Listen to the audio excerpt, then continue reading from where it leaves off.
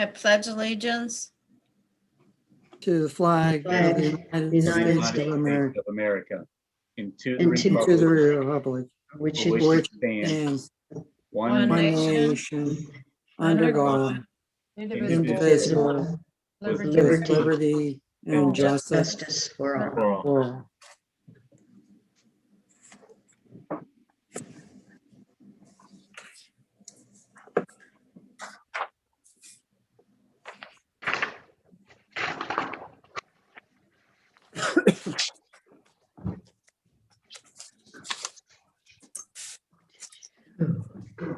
You lucky thing.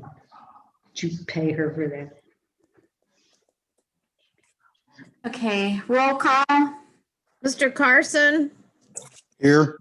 Dr. Fike, Here, Mrs. Love, Here. Mr. Polakowski, Here. Mrs. Raymond, Here. Mrs. Rhodes, Here. Mrs. Heather Smith, Here. Mrs. Kristen Smith, Here. Mrs. Williams. Here. And I just wanted to mention that we were in executive session prior to this for personnel matters. Mrs. Tarson, do we have any public comment? Yes, we have an Amy Cavalier.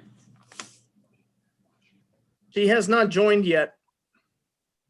Okay, Mr. Jan Kiefer.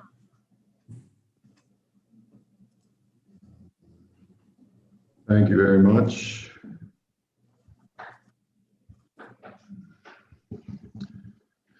This is Jan Kiefer. I live on the Scottsdale Smithton Road, right at Dead Man's Curve.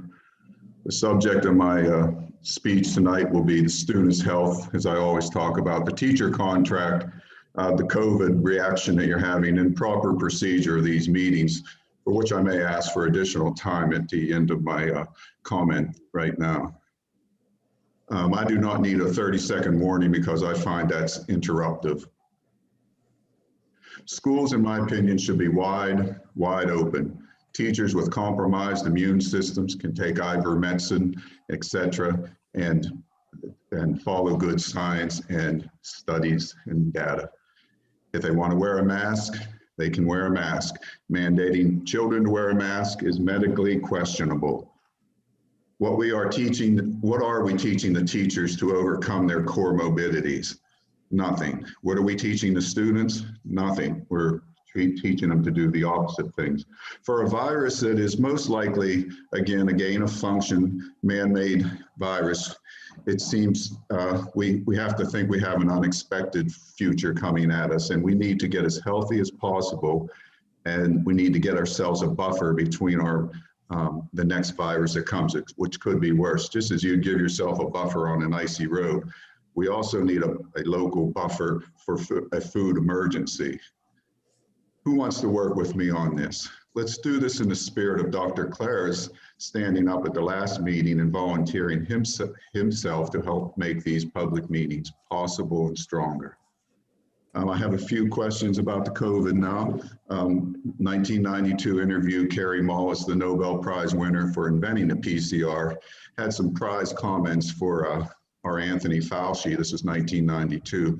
And he also talked about the use of his PCR test, and it could not be used the way it's being used today. The parallel between AIDS and COVID are almost absolute. The agencies are the same, even the players are the same. And if Mr. Ratonic would go back and look at the AIDS policy of Southmoreland, you would see how far behind you were the science known at the time. Perfect learning moment for you guys. It was widely known that this AIDS propaganda was faulty. If you also look at that policy you guys wrote for Southmoreland, if you read it like I do, you'll see that the adult rights of the teachers were honored, but the students' rights were not. A world-leading academic declared his resignation from the International Academy of Sciences because of this very issue, the abuse of the PCR testing. And what amplification, Mr. Masha, are the PCR tests that you are quoting? What was the amplification rate? This is something we could have asked 9 months ago. And this is, whatever this rate is what you're basing your order for the student lockout. Court cases abound around the world on this PCR issue, and it's going to go from the top to the bottom. The question now is, how do we go forward, realizing that this is a flawed system?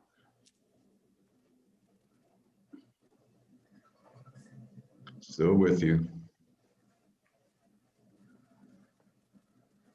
I would still like to make a comment on the meeting procedural mistakes that you're making. My 5 minutes starts after you approve my subject. There's no way the secretary is going to approve that. And I know that issue, right? I think you should throw that whole clause out because it's nothing. Mr. Kiefer, you have 1 minute and 15 seconds. I said I didn't want to be interrupted. And then so you went ahead and interrupted me, and now I lost my line of thought. Why would you tell me I would have 1 minute and 15 seconds? Because Mr. Kiefer, you just asked for additional time. I was telling you how much time you had remaining. I'm not going to stop your time and allot you more time now. If you'd like to speak at the end of the meeting, you can do so. I will restart your time now for 1 minute and 15 seconds. Okay, I assume my 5 minutes was up then. You didn't tell me that.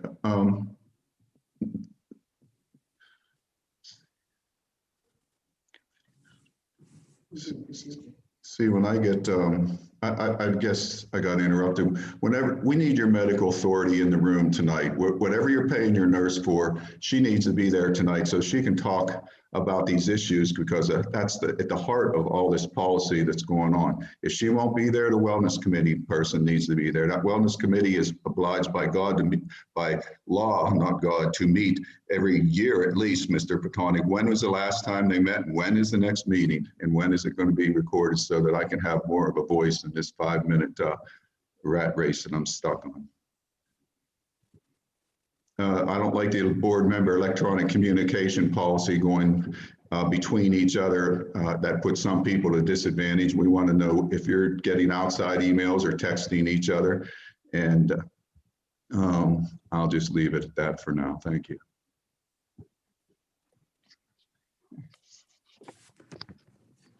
Mr. Kiefer, a lot of these issues that you're addressing the board with are issues that we do not control. If you have an issue with the vaccines, if you have an issue with PCR testing, we're not controlling the PCR testing in the state. We're not determining what is used. We're not going to go back to 1992 and discuss policies or what occurred with PCR testing at that point. I think that your platform is much larger than Southmoreland, and those are not decisions that we make on this level. Could I address something as well? Can someone please address the wellness committee? Do we have a wellness committee, Mr. Masha? We do have one. I do believe that it met last year, but I will have to go back and talk to. But it's not a board committee, correct? It is not. So it doesn't have to be public, correct? Okay, just making sure, because I've never heard of it. I didn't think it was a board committee, but I'm just, for Mr. Kiefer, then it won't be public because it's not a board committee. It's open to the public, this meeting. Look into it, please. I will look into it, Mr. Kiefer. Thank you. Okay, I have Amy Cavalier on the line. She's ready to speak. Okay, thank you. Okay, go ahead.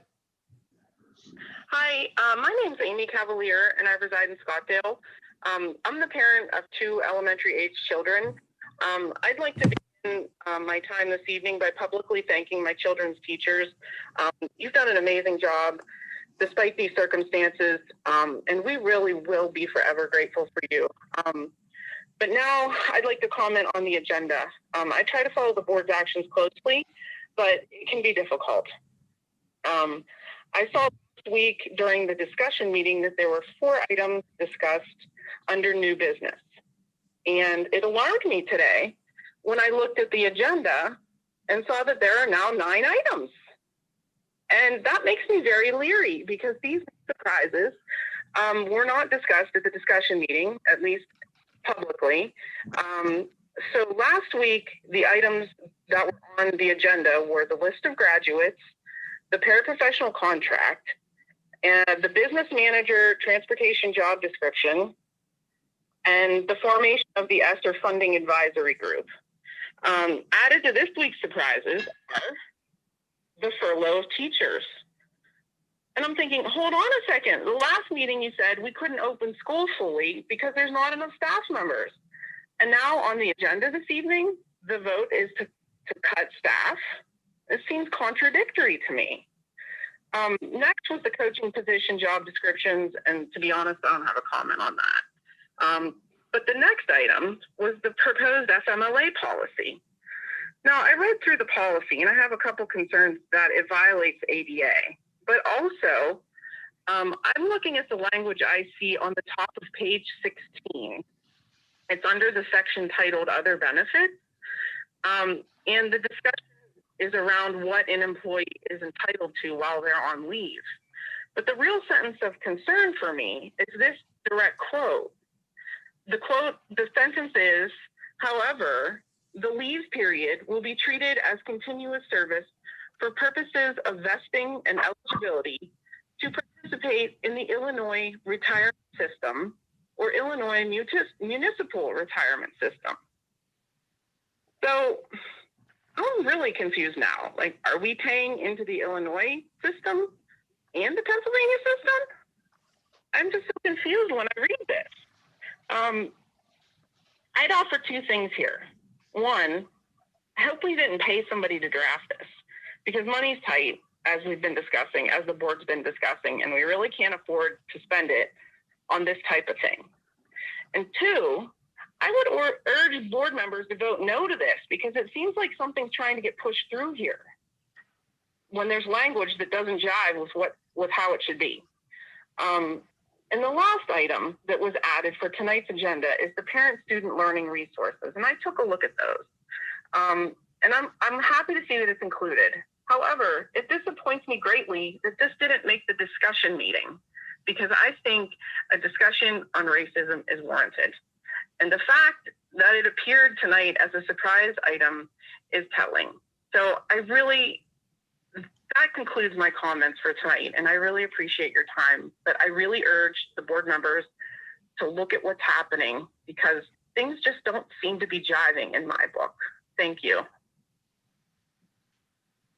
Thank May you. I say something, please? Mrs. Cavalier, thank you for your comments. We did not pay anyone to do that FMLA. I took it upon myself because we don't move with anything, and we've been waiting forever, and we have people requesting FMLA, and we do not have a policy. My intention when I put this together was not for it to be put on board docs, as I took it from other places because I'm not a lawyer and I'm not well-versed in that area. So I assumed that others would make it our own. So I apologized. It's actually already been fixed. I caught that, I think, on Monday or Tuesday. I got an email about it and I fixed all that, but we couldn't change it in board docs. And it is something that we need. However, I believe that it will be tabled today because we have to address some other concerns concerning teacher contracts with that. So I don't think that that will be an issue for today. The other one, the resources, I'm just going to be really honest. We've been asking for them to be sent out for a while now.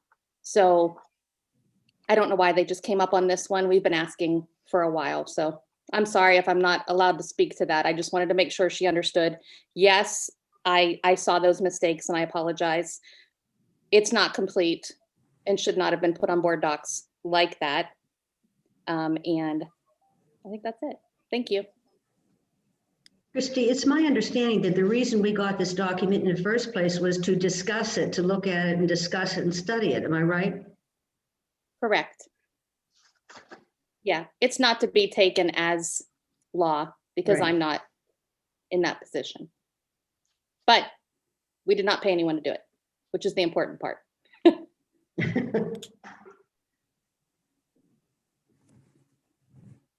Okay, are there any other comments, Mrs. Tarson?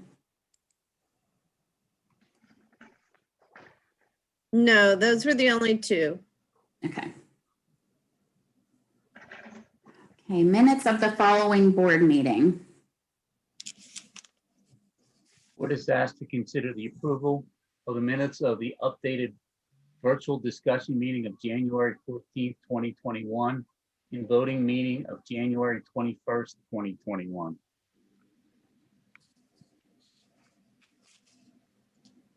I need a motion. I'll make the motion. I'll second it, Mr. Polakowski. Any discussion? And I just need a voice vote. All those in favor? Aye. Aye. Aye. Is anyone opposed?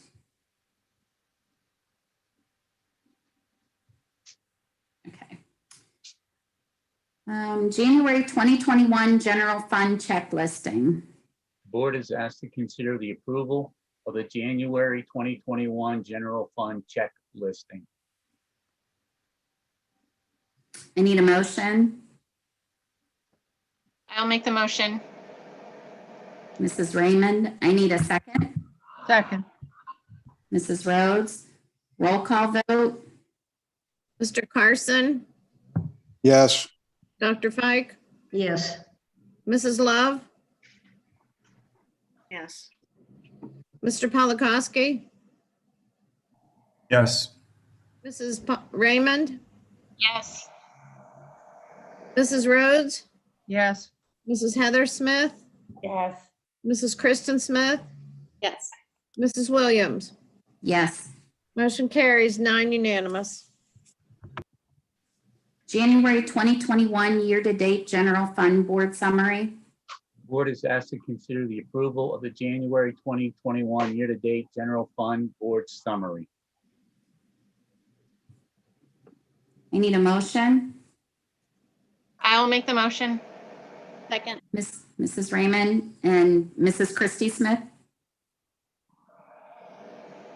Any discussion? Roll call vote.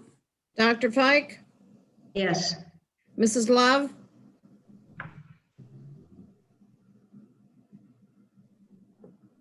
Mrs. Love, Yes. Mr. Polakowski, Yes.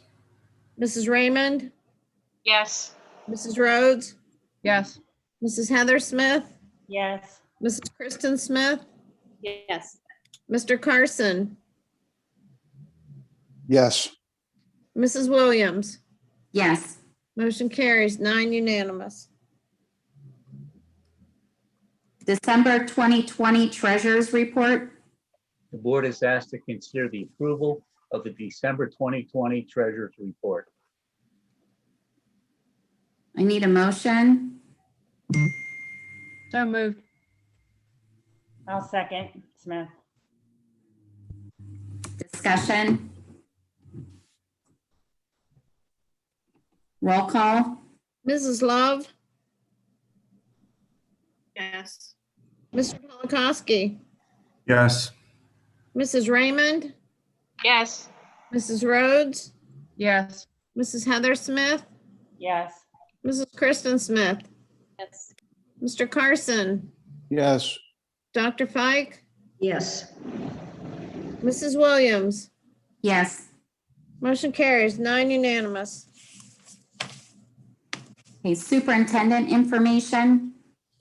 Yes, I have under administrative content, I have added the posting for the videographer.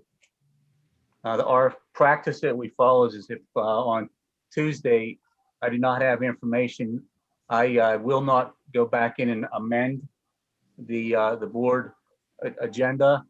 I did include this on my information so that it could be discussed here with the board and get potential approval. If you're looking at that, I will read it. The following extracurricular supplemental position exists. 1 audio video equipment technician, a $1,502 supplemental salary rate for 2 board meetings per month at 5 hours total per meeting, which includes 30 minutes for the setup of equipment for the meeting, 4 hours for the meeting itself, and 30 minutes for the tear down of equipment after the meeting. Any extra meetings per month will entail a per hour rate of $15 for the setup of equipment, the meeting, and the tear down of equipment. Additionally, any time over the above mentioned 5 hours per board meeting will also entail payment of $15 per hour above the 5 hours. And I'm asking the board to discuss that and consider voting upon that.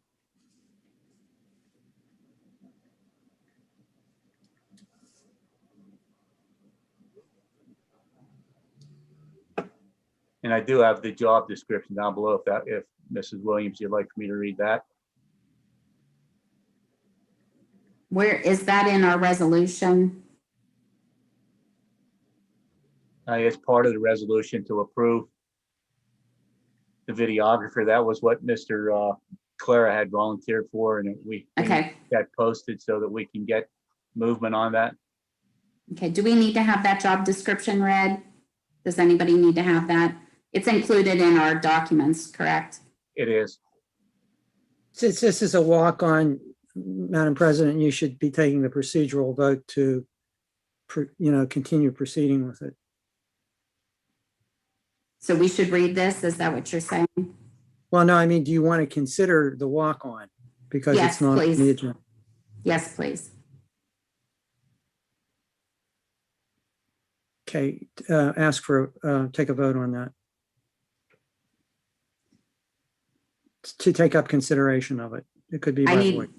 I need a motion, correct? Or do I just? A motion to take up consideration of the Okay, resolution that Mr. Masha is recommending. okay. I make that motion. Need a second? Parson, second. Okay, I need roll call. No, you could do it by voice vote. Okay. No discussion? No discussion? Go ahead, I'm sorry, Dr. Fike, discussion. This is not on the merits. This is just to take up consideration of. Then you're Right, going to have recess at some point. Then you're going to come back at some point and vote on it, once you've gathered up all your walk-ons. I don't even Remember? want it to be considered. Okay, vote no.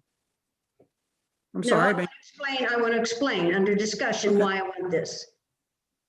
This school district is facing a 1.9, potentially $1.9 million budget deficit. And we are going to hire a videographer? I don't think so. Dr. That's the Fike, last thing we need. Dr. Fike, you've been pushing for us to go back to in-person meetings since we stopped in-person meetings. And we need somebody to do this function so that we can continue down the course of going back to in-person meetings. So who do you propose we have do this for free? That's the problem here. So if we're not going to hire a videographer, we cannot proceed with in-person meetings. There's already a camera in the cafeteria. People said, Christy said, show me how to connect up the wires.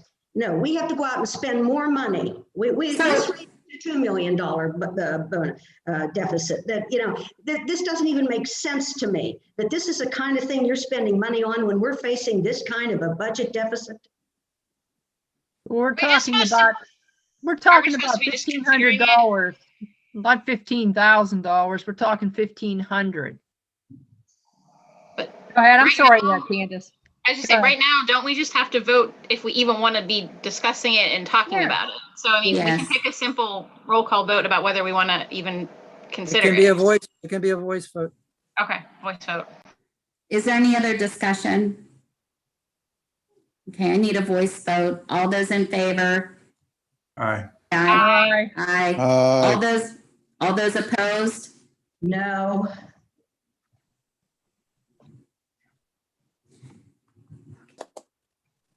They never met an expenditure they didn't like. Okay, so my recommendation is, as per the new policy that was, already approved, you go through the rest of the meeting and see if there are any of these walk-ons that need the same treatment, and then consolidate them so that you only have to take one recess. Okay, that's fine. Mr. Masha, did you want to continue with your report? That would be all, but Mrs. Williams, I would like to point out that this was a current supplemental that was listed in the contract. Yes. Mr. Masha, do you have the committee list for the negotiation team? Is there some other, I do. Give me a second so I can pull it up on mine.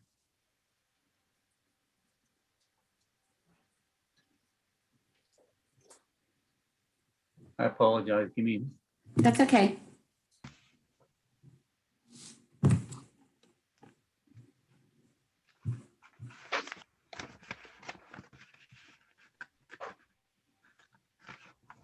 My connectivity is a little Okay, laggy. I can see if I can find it.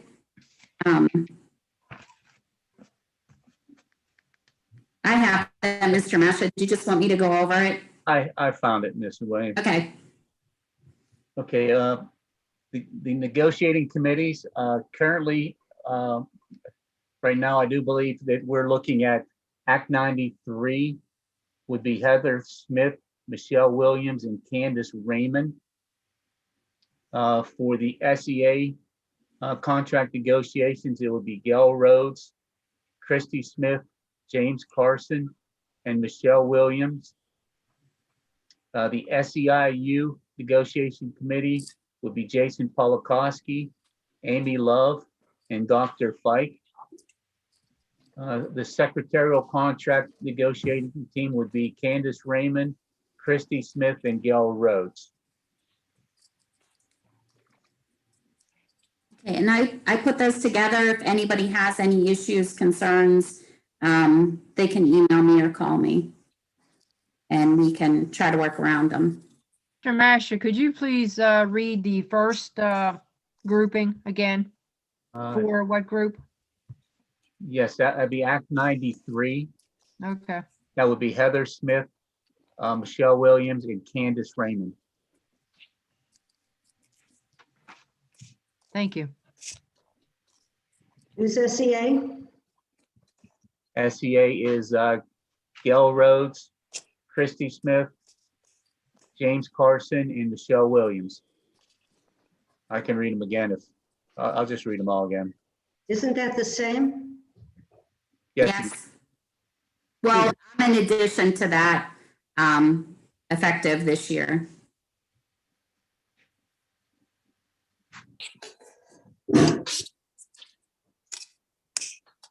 Some of these remained the same. Some of them changed, and then we added the secretary's contract or agreement to this as well.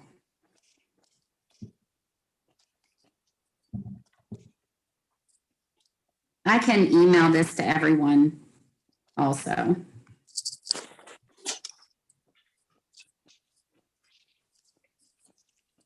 And that would be all I have, Mrs. Williams. Okay. Business managers report. This afternoon, we delivered a box of 10 budget binders to the superintendent's office, one for each school board member and one for our solicitor. So they are available for picking up.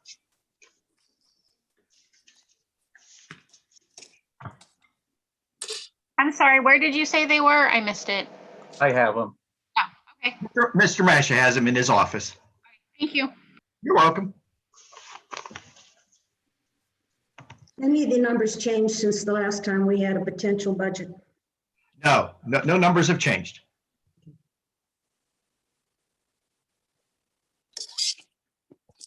Is there any other updates, Mr. Marnell? That is the only update. Thank you. When are we going to have budget meetings?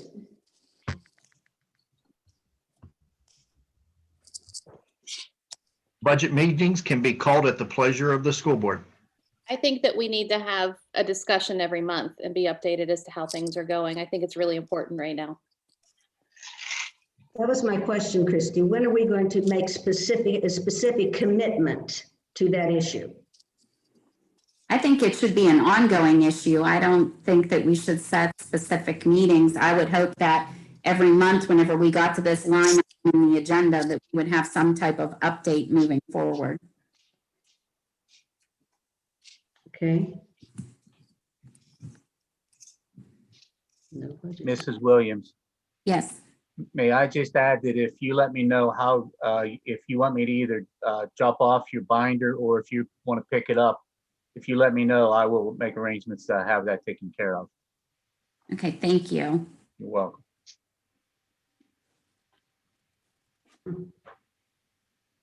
Okay, solicitor information. Nothing new for the public tonight. CWCTC report. No report tonight because the last meeting, I missed it because it fell on our same meeting night as the our regular school board meeting. So I'll have something next month.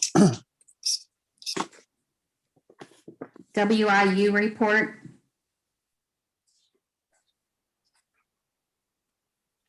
It looks like we lost Heather. I don't think she had a report this evening. Okay, any committee updates?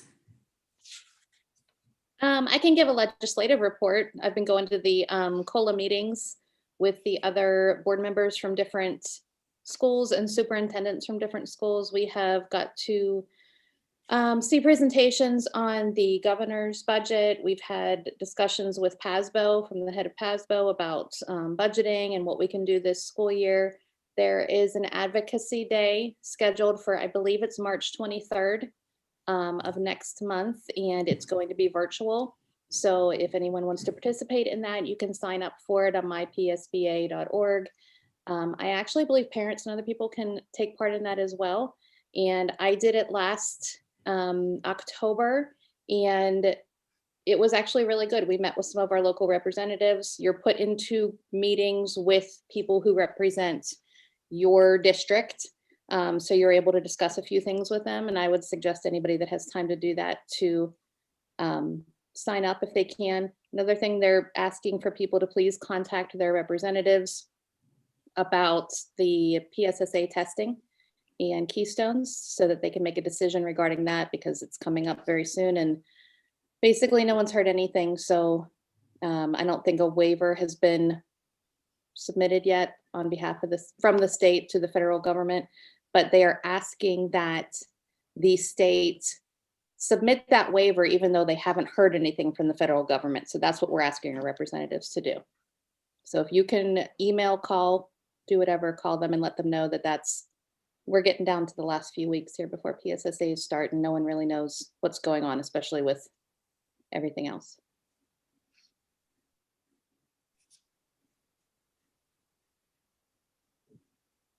Does anybody else have any committee reports? Yes, we met with, the academic committee met with Mr. Krofcheck regarding class rank. And he sent out a very informative article that I would send to everybody if they'd like to see it. But it brings around a point that not all our students are able to be in the running for top of the class because the VOTEC kids are only in half the classes, and the kids who are in AP classes get essentially more points or towards their grade, and it gives them the chance to rank higher. Kids who are in more band stuff, who aren't getting more academics per se, are able to, if we look at maybe changing this around a little, that maybe we would have a more equal class ranking.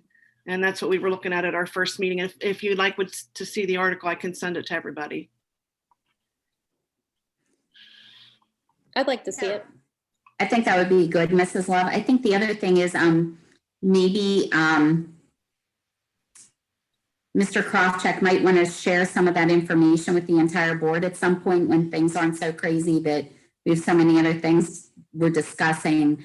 I think his discussion with us was pretty informative on that and his viewpoints and why they are such. I thought that was pretty interesting as well. Me too. I have a question. Are you saying you're going to change class rank, eliminate class rank? Not eliminate it, but he was just showing ways that they could make it so that all students are able to, it's a little more equal for all students across the board. So that kids. You're changing it, Amy. You're changing what has been done in the past. I'm not changing anything. I'm just telling. Not you. Is the plan to change the way class rank is computed? No, the plan is to look into it. And it's just, you know, if Mr. Krofchek was on, he could explain more. But it had a lot of interesting things, like the VOTEC kids who are making great grades there, but don't count towards their class rank at our school because it's two different entities. I think one of these discussions on class rank for like the last 40 years. Okay, my question is, for this year's class at the senior high school. No. No, I don't even think, and my thoughts were after speaking to him, I don't think that you could even change how we're doing things for kids who are already at the high school. Yeah, we talked about waiting for till this ninth grade was already through and. Yes. But it's really worth looking into. Right. I agree. Does anybody else have anything for their committees? So personnel or policy, I think some of those things were added to the agenda this evening and they'll be taken back off for right now.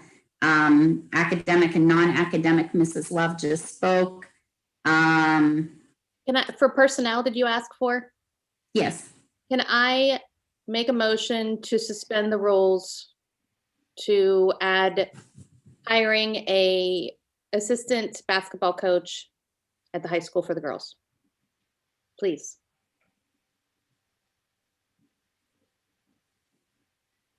I would second that. Is that how we need to do that, Mr. Petonic? It's not a motion to suspend. It's the same treatment. It's to add something. Motion to walk it on. Walk it on. And my question is the same question that was previously raised. What job description are you using? They already posted this, so there had to have been a job description with it when they posted it weeks ago, I'm assuming. So it would be that job description. I don't know what it was, so I'll leave that up to the board as to whether or not you feel that's adequate, Madam President. Sorry, I'm not president. And I'm not you. I'm sorry. Thank you. I needed that. I asked Mr. Boring if there was a job description previously, and I didn't get a good feeling for us having a job description. That was just my problem. At some point, we have to stop doing things and do the things that we need to do in order to do the other things, instead of just, because this would be another one, and then there'll be another one and another one and another one. So is there a job description for this position or for any coaching position currently? I think yes, because if it was posted, I mean, something had to be actually posted. So Mrs. Tarzan, there was a job description posted with it, right? I don't believe so. I think it was just a posting for the position. I did not provide a job description. Okay, well, I'm going to ask that we grandfather this in because this sport is currently going on. We need to hire someone. We also need job descriptions and we need policies and we need all of these things. So I would like to make multiple motions right now, even though I'm not allowed to. I want a motion to table the job descriptions until we can talk to the SEA about it. I want to motion to table the policy until we can talk to the SEA about it and Mr. Petonic further. And I would like to motion to hire Mrs. Spadero as the assistant basketball coach at the high school. You're making a motion to walk that onto the agenda, correct? Okay. So all those in favor of walking on the hiring of an assistant basketball coach, say aye. Aye. Opposed? No. I'm a no as well.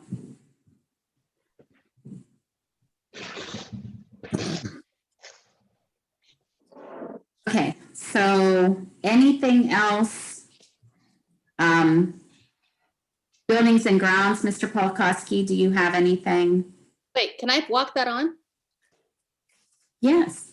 Oh, don't we have to then make the real motion? No, Why? because we need to discuss these later. They have to be open for the public to discuss anything. Oh, I thought I still had to make the motion so they know what's happening. No? No, Okay. sorry. I'm lost. Okay, so Mr. Polakowski, do you have anything other than our next meeting date? No, I think the next meeting date is the 24th of this month. So Yes. we haven't met for a while. But the 24th of this month, the Building and Grounds Committee is going to meet. Expect a Zoom invite for everybody that wants to come. That's it. Thank you. Finance and district operations, Mrs. Rhodes, do you have anything? No, not tonight. Okay, and Mrs. Smith, do you have anything for transportation, athletic, and extracurricular? No, we have our meeting next week. Okay. All right, substantive, what is that word? Substantive. Substantive motion adoption of school board meeting changes. The board is asked to approve the substantive motion adoption of school board meeting changes.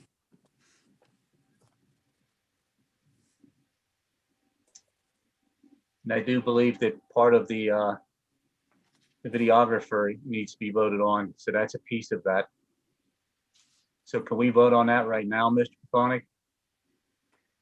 You can vote on the resolution. It makes hiring the videographer prospective. And I was under the impression that Mr. Clara in the meantime was going to be, if that's still operational, be doing the actual work. Just to clarify, is this the one that is the one that had the changes that I discussed with the board last week? This same one, Mr. Pathonic. Okay.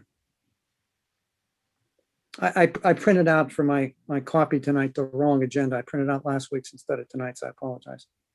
So, but I mean, you can vote on it. It will require 6 votes to pass because you're changing policy in one night. and then this would also mean that we would need to hire a videographer in order to go back to in-person meetings. I do realize that Mr. Clara volunteered for that, but I'm sure that Mr. Clara volunteered to just be the interim person. I don't feel like we should be voting to go back to in-person meetings if we're not intending to vote to hire somebody as a videographer. I think that would be unfair to Dr. Clara. So, I mean, should we vote on this first, Mr. Pathonic, and then walk the other on later, or vote on this all at the same time? Well, this is on the agenda, and it was crafted in such a way to try to break the circle about what comes first, hiring the videographer or doing the policy. So you need a videographer. So, okay. I mean, it's here. I suppose you could table it. You can either vote on it and get 6 votes and it's passed, or you can table it and take up consideration of the videographer if you think that that's going to somehow change whether or not you should move forward with this. But that's not my call. That's going to be either someone making a motion to table or proceeding with it. Okay. Do I have a motion? I'll make the motion to go back. I will It's to second it. adopt the form that's in your board docs, the 8-page plan, correct? I didn't hear the first part of what you said. It's to approve the formal resolution. It's the 8-page plan without reading it all because it was Correct. going over last week. The revised resolution to amend board policy as the physical presence of a quorum of members required for public meetings and providing means of board members and others and public by virtual and physical presence and participation for public meetings. Yes. Yes. Okay, so That's what- we have a motion with Mrs. Christie Smith and a second with Mrs. Raymond. I need do we have any discussion?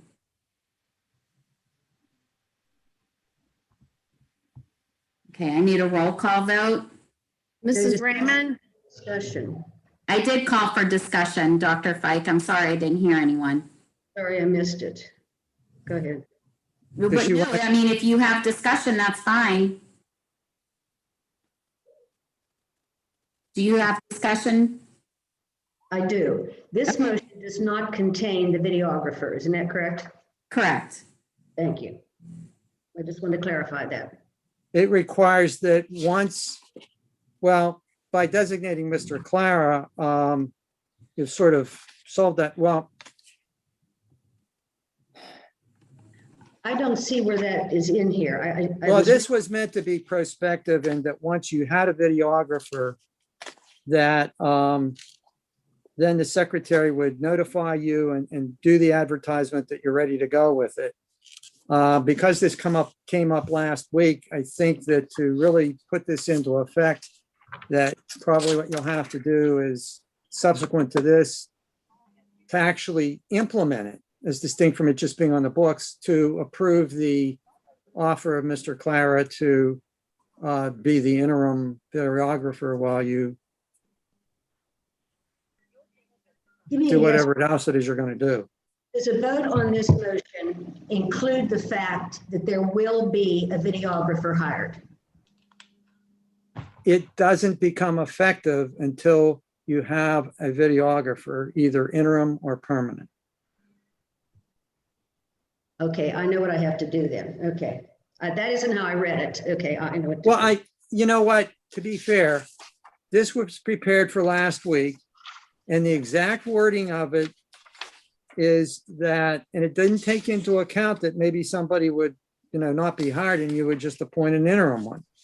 So it says that go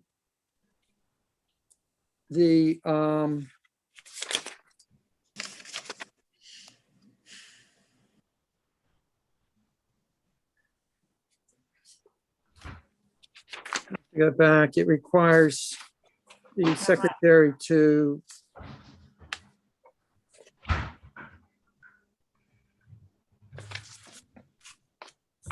take the steps necessary to implement it. I'm sorry.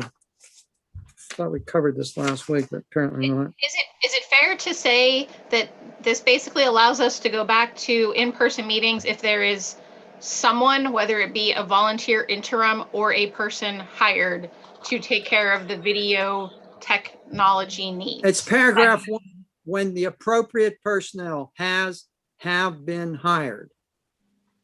Now, you may have to change the word hired to hired or appointed by the school board, and any remaining technology acquired, if any.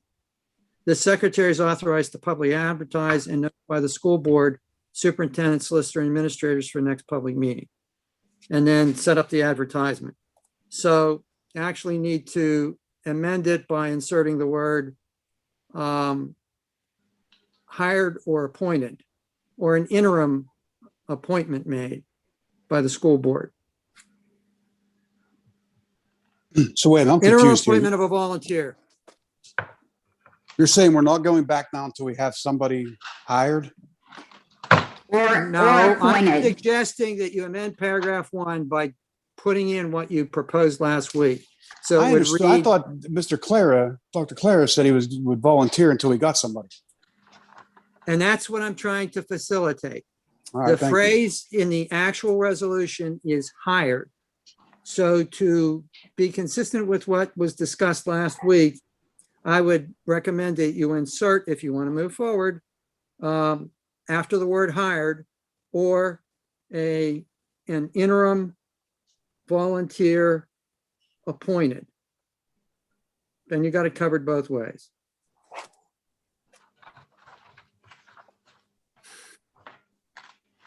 So, Madam President, if you want to ask to see if it's okay to insert that phrase by the two people who made the motion. Mrs. Smith and Mrs. Raymond, is that okay? I see head shake. Yes, it's okay with me. Okay, so now, Dr. Fike, do you want to go ahead with it? Mrs. President, do you want to have Dr. Fike continue to comment? I think she wanted to comment. Does not give me the option of voting to have in-person meetings, but not hire a videographer, right? It's a backdoor way to get the videographer in there, whether you want it or not. So because I don't live in a schizophrenic world, I'm going to have to pass on this one because I can't get those two things together. This is a backdoor way to get a videographer. I also don't want to have to hire anyone, but I really think it's important that we get back to in-person meetings. And if Mr. Masha and Mr. Botonic are telling me the only way that we can do that is to hire a videographer, we'll hire a videographer. I'll vote to hire a videographer, but I think it's really important that we get back to in-person meetings. Okay, so I have a motion and a second. Do I have any other discussion? Take 6 votes. Okay, I need a roll call vote. Mrs. Raymond, Yes. Mrs. Rhodes, Yes. Mrs. Heather Smith, Yes. Mrs. Kristen Smith, Yes. Mr. Carson, Yes. Dr. Fike, No. Mrs. Love, Yes. Mr. Polakowski, Yes. Mrs. Williams. Yes. Motion carries 8 yes, 1 no. Okay, resolution to pursue preparation or data for suspensions, furloughs for economic reasons. School board authorizes and directs that the superintendent, business manager, and administration determine, gather, calculate, and prepare the necessary economic conditions and non-economic conditions required by School Code 1124D2, 1 through 5, inclusive, necessary to determine whether to pursue proposed suspensions, non-disciplinary furloughs for economic reasons pursuant to School Code Section 1124A5, and report back to the school board on or before April 8th, 2021, with the necessary information and recommendation for a vote on April 15th, 2021.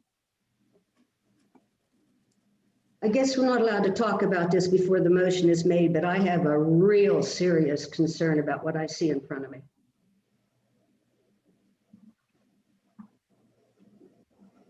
I think we can talk if the president allows us to. That's fine. What we were told before, at least. I would like you to read the first line and a half. The school board authorizes and directs that the superintendent, business manager, and administration determine, gather, calculate, etc. It does not include us. We have no role, according to this thing written here, to have any input whatsoever prior to the time that recommendation is made. I came down to the school yesterday and picked up my budget, and I got this. I got this. I read every single page of these documents. Every single page. Nothing I learned from it can I contribute to this discussion according to this proposed motion. Just so you know, the school board, according to this, has been dismissed, left out of any preparation of information to be submitted.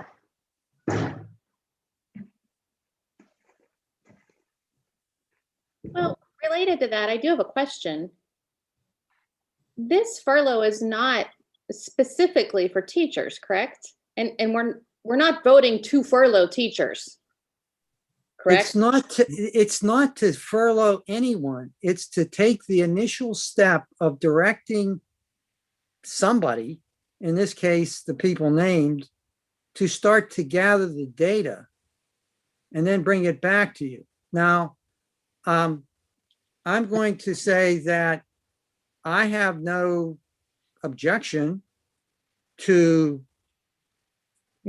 having board participation in this as you see fit, but I don't know how you want to do it. So it's open to amendment to, have the board involved in providing its ideas. Is this just? for I one have group no of objection to employees? that. It's just to get started or to decide that, you know what, there's no way we're going to do this. So we're not even going to spend this time on it. That's the idea. I'm sorry. Go ahead. Mr. Petonic, is this just for one group of employees? Can it be? No. Well, 1124, the 1124 deals with professional employees, so it only would deal with teachers. Okay. You Oh, that's- would have a different, it could involve, along with teachers, a proportional number of a quote administrative staff. So in my Now, this should- to completely answer your question, to get involved with furloughing directly without being involved with this, other classifications of employees would be a different process. Because this section is specifically part of the section in the school code that deals with professional employees, which includes within its definition teachers. I'm sorry, have I answered your question? No, answer it again. I don't know what you said. It's really to deal with teachers. It could, because of the specific requirements for economic furloughs, if you try to actually pass it after a plan is brought back, it could require a proportional percentage of administrative staff also. So we have administrative staff determining whether or not we need administrative staff. Is that how I read this motion? No, you make that ultimate determination. They're coming back to you with the recommendation. Well, they're going to make a recommendation whether they need administrative staff or they don't need administrative staff. So can I clarify just a couple of things? Why are we looking at just teachers right now? Why in the world? Why are we looking at just teachers right now? Because it's most complex and requires the most advanced planning. If you want to look at others, please add it. I'm just trying to give you the formula if you want to start this process. Well, this is That's all I'm something trying to do. no one wants to do unless we are in like the worst situation in the world. Pardon? I said, this is something that no one would ever want to do unless we are in such dire straits that we have no other choices. Is that what we're saying? I feel that that's a political statement that I should not comment on. Okay. Mr. Petonic, back to my previous point, when I said administrative staff is determining whether or not we need administrative staff. I mean, is that correct? I mean, how? No, there's a formula that would have to be followed. The proportionality. So if I can And then there's a whole complex procedure if the school board wants to seek a waiver from the Secretary of Education and the Department of Education to waive the proportionality rule for administrative staff. It's very complex and very long process. So if I could just try and like boil it down a little bit, according to the statute, there are only very particular reasons why we can furlough teachers. And one of those reasons can be purely economic reasons. But if we do that, then there is a number of factors and information that has to be provided stating why we are doing that. So basically, it's like that information has to be determined first. But if then, based on that information, we decide to furlough teachers, we then also, unless we get some sort of waiver, we then would also have to furlough a equally proportionate amount of administrative staff. So the first determination is if we would furlough teachers, and then from there, you would have to furlough a equally proportionate percentage of administrative staff. And administrative staff doesn't necessarily just include like Mr. Masha and the principals. It also includes secretaries, it includes the transportation person, the athletic director. So it's the administrative staff, according to the statute, is more than just the people we think of as administrators, such as Mr. Masha and the principals. I'm not giving an opinion on this one way or the other. I'm just hoping to try and kind of clarify a little bit what would happen. Basically, you first determine if you meet the conditions to furlough teachers, and then you kind of go from there. I personally don't want to be anywhere near talking about furloughing teachers, but that's just kind of the process of it from what I've read out of the statute. I agree with that statement. Prior to April the 8th, you come in on April the 8th, and only those people are going to give us what information they think is correct. If we don't agree with it, how do we then go about getting other information, which could take another, 2 months? And then the deadlines have passed. I'm not expressing an opinion about who's gathering the information. I'm just saying that information needs to be gathered. What they're saying with this motion, Candace, is that we have no say-so until April the 8th. We have no part in obtaining the information. I have absolutely no objection to the board providing input, believe me. Well, then it's That was not my intent. The intent is that there's a lot of, really basic factual information that has to be gathered that would be probably done primarily by the business manager and the superintendent. There may be additional input. I certainly would not attempt to foreclose the board from providing its input. And I have no objection to that being added to the resolution. I got information. It's just merely to decide whether you want to start down that road and spend that time on it, that there's a commitment to, to consider it, not that you don't necessarily even approve it. But if you don't start now, you won't have enough time. We should all start now, all of us. Just so we know, the information that needs to be gathered as per the statute is the total cost savings expected to result from the furloughs, a description of other cost saving actions taken by the school board, if any, the projected expenditures of the school district for the following fiscal year with and without the furloughs, and then the projected total revenues of the school district for the following fiscal year. So those are like the specific pieces of information that need to be presented to proceed with the furloughs under this category. 68% of our budget is exactly that. 68% of our budget is personnel and salaries. That's the biggie that goes into that report. Okay, so I spoke with Mr. Masha earlier today, and I'm confused because I asked specifically that this motion include what we would need to do to furlough any staff. So we're only talking right now about teachers, and I don't think that's the only thing we need to look at.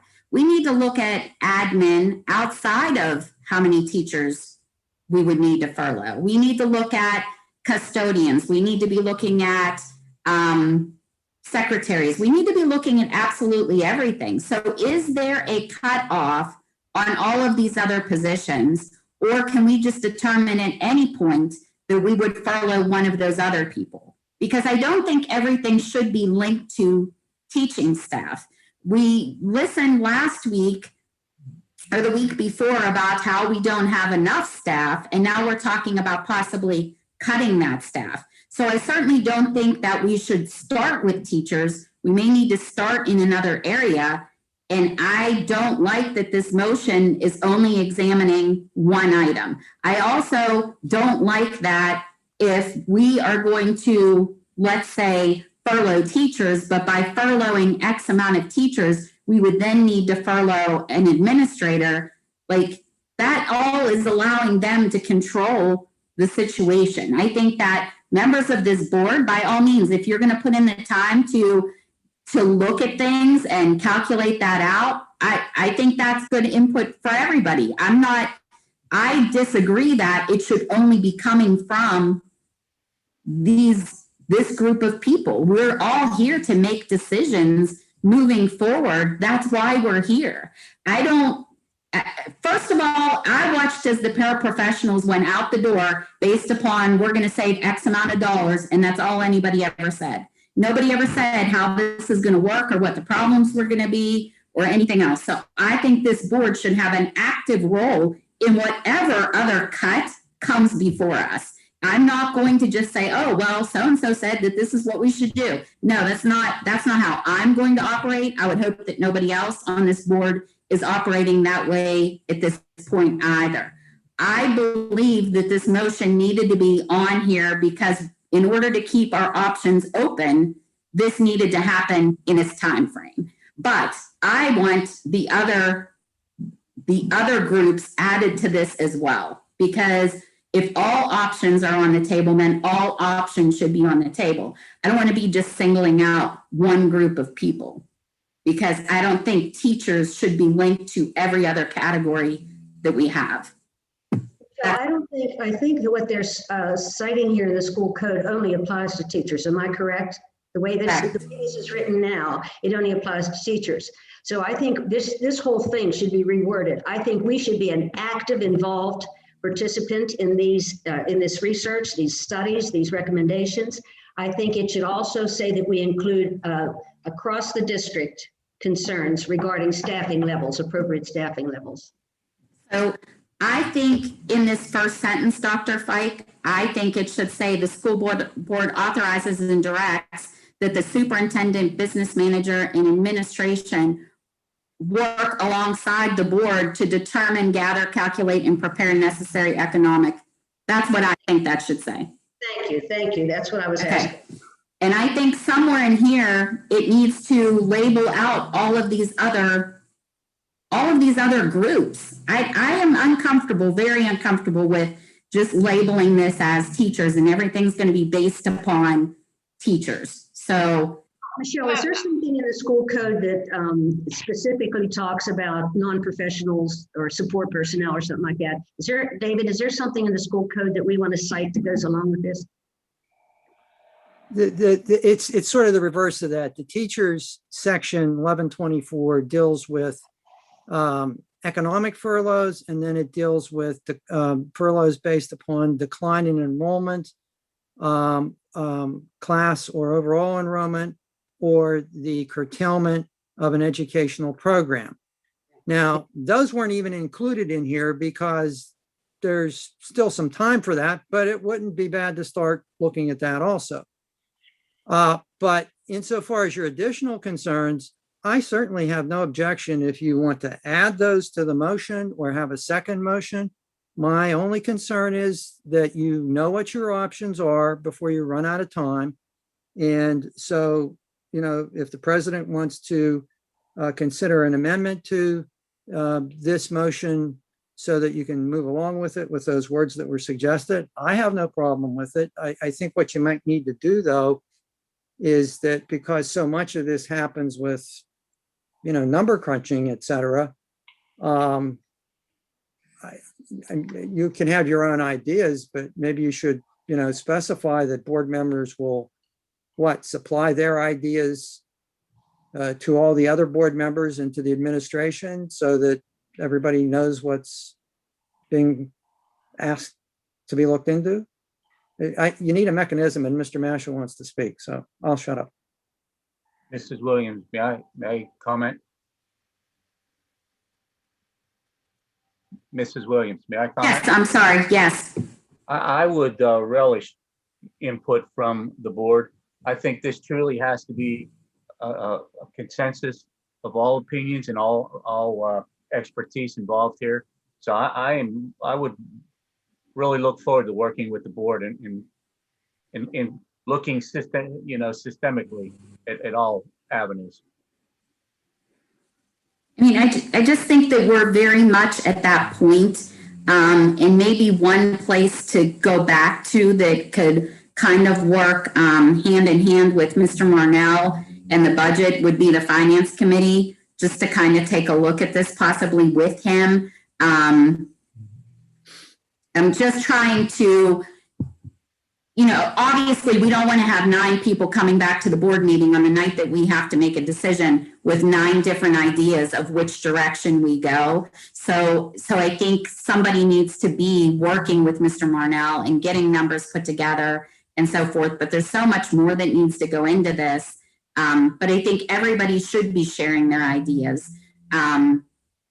Because like I said, I think we should all be taking an active role in what cuts are going to have to occur. If we're $1.9 million over, obviously there's going to be cuts somewhere. And there's no, as I think Dr. Fike said last meeting, no low-lying fruit left to pick from our trees. This is all going to have to be big ticket items if this is truly where our budget is.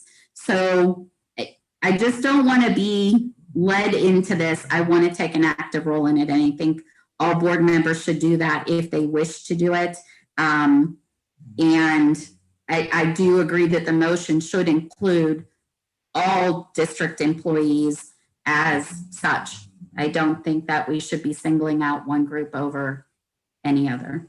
Michelle, what would be the process or the mechanism by which we could all get together and talk about this? Would they be Zoom meetings? Would they be in-person meetings? How will we be able to get together as a group and share our information, ask our questions, get our numbers and so forth? How would we do that? I think right now that would have to be Zoom. Because these are personnel matters, Mr. Patonic, can they be discussed in executives or would they be discussed in public? To the extent that they deal with specific persons, they would be executive. But if you're just going to talk about a group, without getting into specifics within that group as to individual employees and not with dealing with individual concerns about them, then that would be public. It goes back to what Dr. Fike was saying, in that we need to have budget meetings. How do we even decide this if we don't know what the budget's going to be or what it's going to look like for next year? So the more budget meetings we can have, the more updates we can get, that's going to lead us to where we need to go. I mean, how do we know if we don't have a budget? Plus, not to mention, we have 4 contracts. So, I mean, we've got to get on this budget. Doesn't this, in and of itself, wouldn't it necessitate talking about individual people? Because we would not be furloughing an entire group of anybody. It's not like we can say we're furloughing all the custodians or we're furloughing all the secretaries. Like, obviously, we're not in a position to furlough everybody. So at some point, we would have to be discussing individual people because obviously we're not getting rid of everyone. So wouldn't it have to be an executive session matter? That's exactly. It could vary from group to group depending upon how specific you are.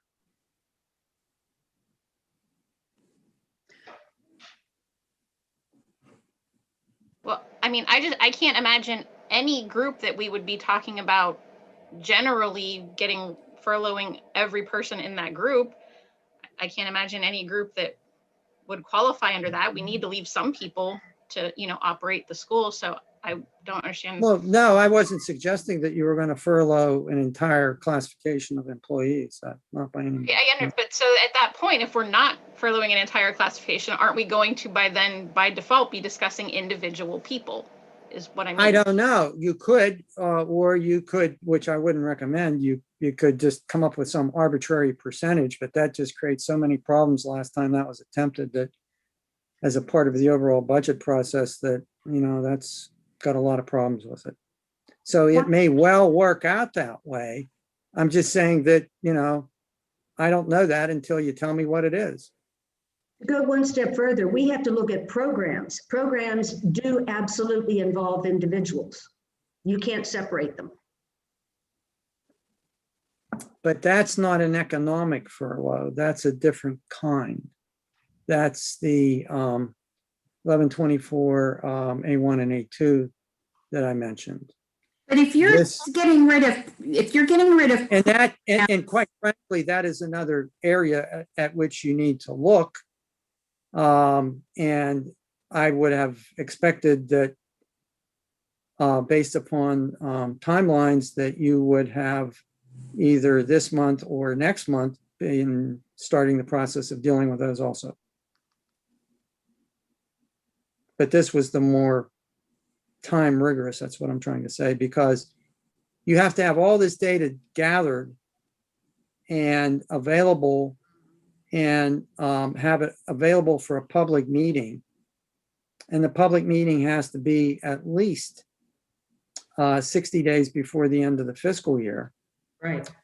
So that gets you to the end of April, but you don't have a meeting at the end of April. You really have it in the middle of April.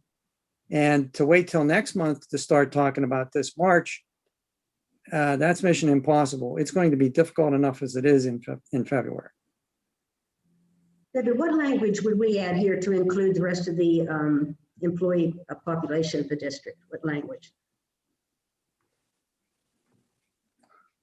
In all district employee groups. should that say groups? Or And you could say individuals. just because I know there's some people that are employed in the district and they aren't a part of a group. Well, there may be a group of one. Right. Yeah, we have some classifications that are really small. And there may be some, actually one, special situations.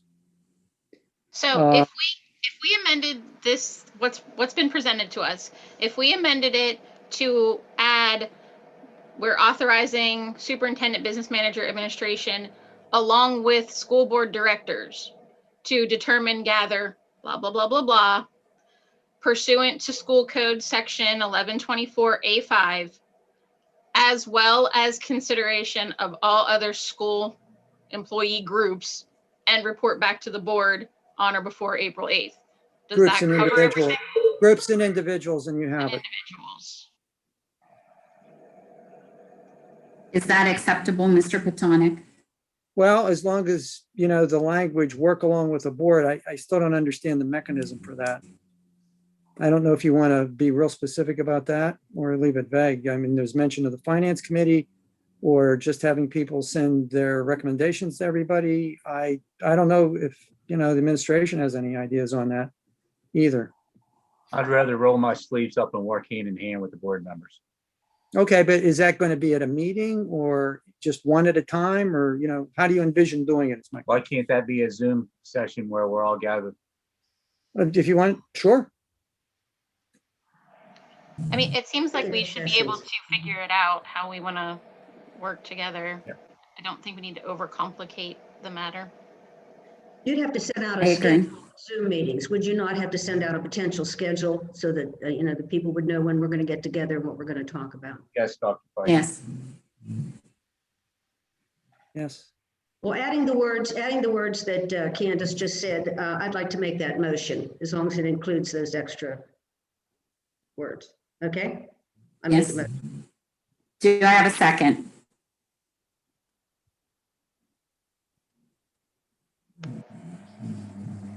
I will second it. Roll call? Mrs. Rhodes, Yes. Mrs. Heather Smith, Yes. Mrs. Kristen Smith, Yes. Mr. Carson, Yes. Dr. Fike, Yes. Mrs. Love, Yes. Mr. Polakowski, Yes. Mrs. Raymond, Yes. Mrs. Williams. Yes. Motion carries 9 unanimous.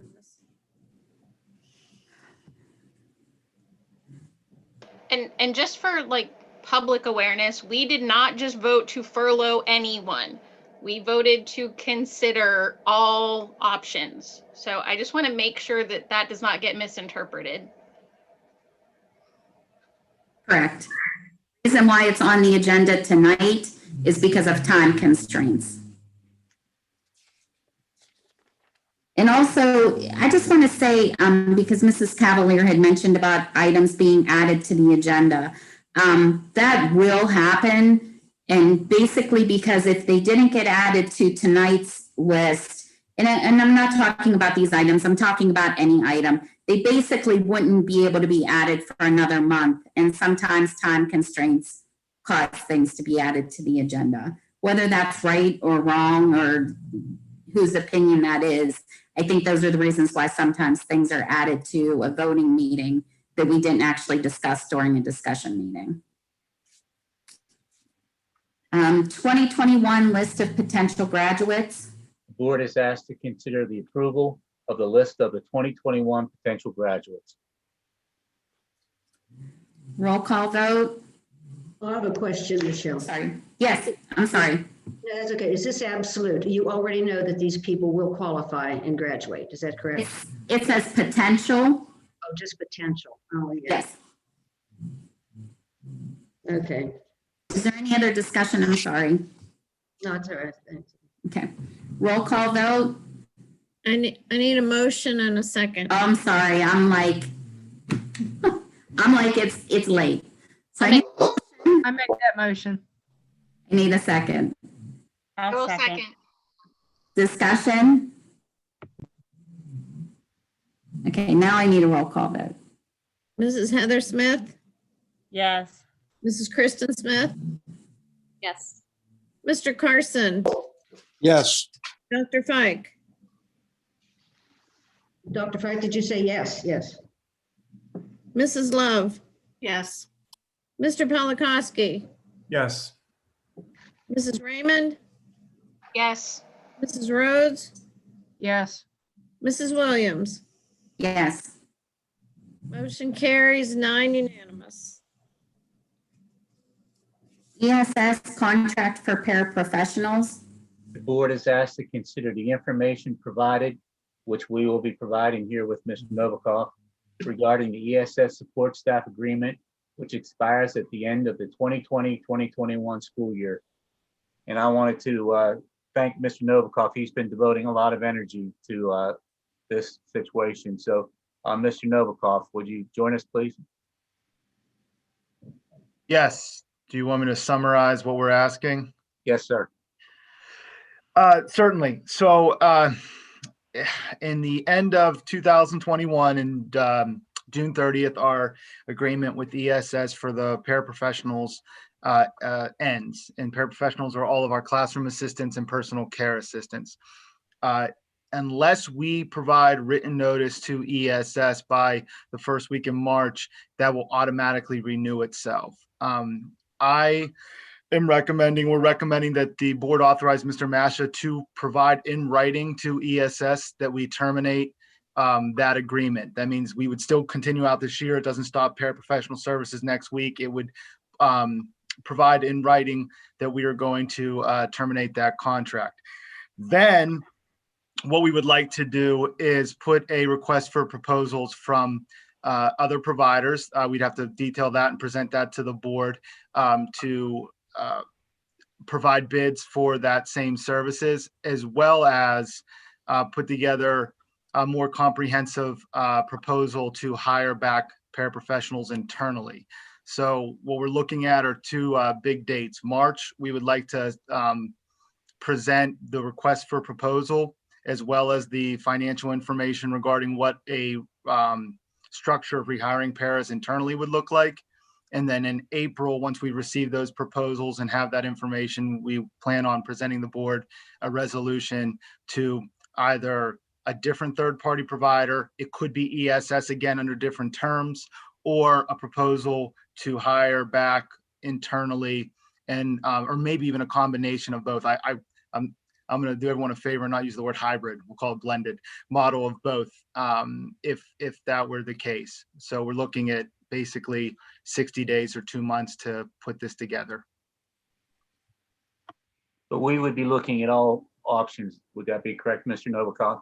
Yes, there's a lot of variables. There are other providers who do this service who may offer a more better meet our needs. There are also other options for us to hire paras back. There are some other models that other agencies have used. The intermediate unit, for instance, hired their paras back, and they didn't pay insurance, but they did hourly and had PTO. There's a lot of different options. There's the option of insurance. It's a little more complex than just a whole black or white wholesale shift or go back. But we really couldn't, in good faith, I think, let this timeline expire because our current agreement with ESS has been really prohibitive. We've had extended vacancies, and we also have a current agreement with them that is an exclusivity agreement. So we can't even seek out other remedies whenever we have these month-long vacancies that aren't able to be filled.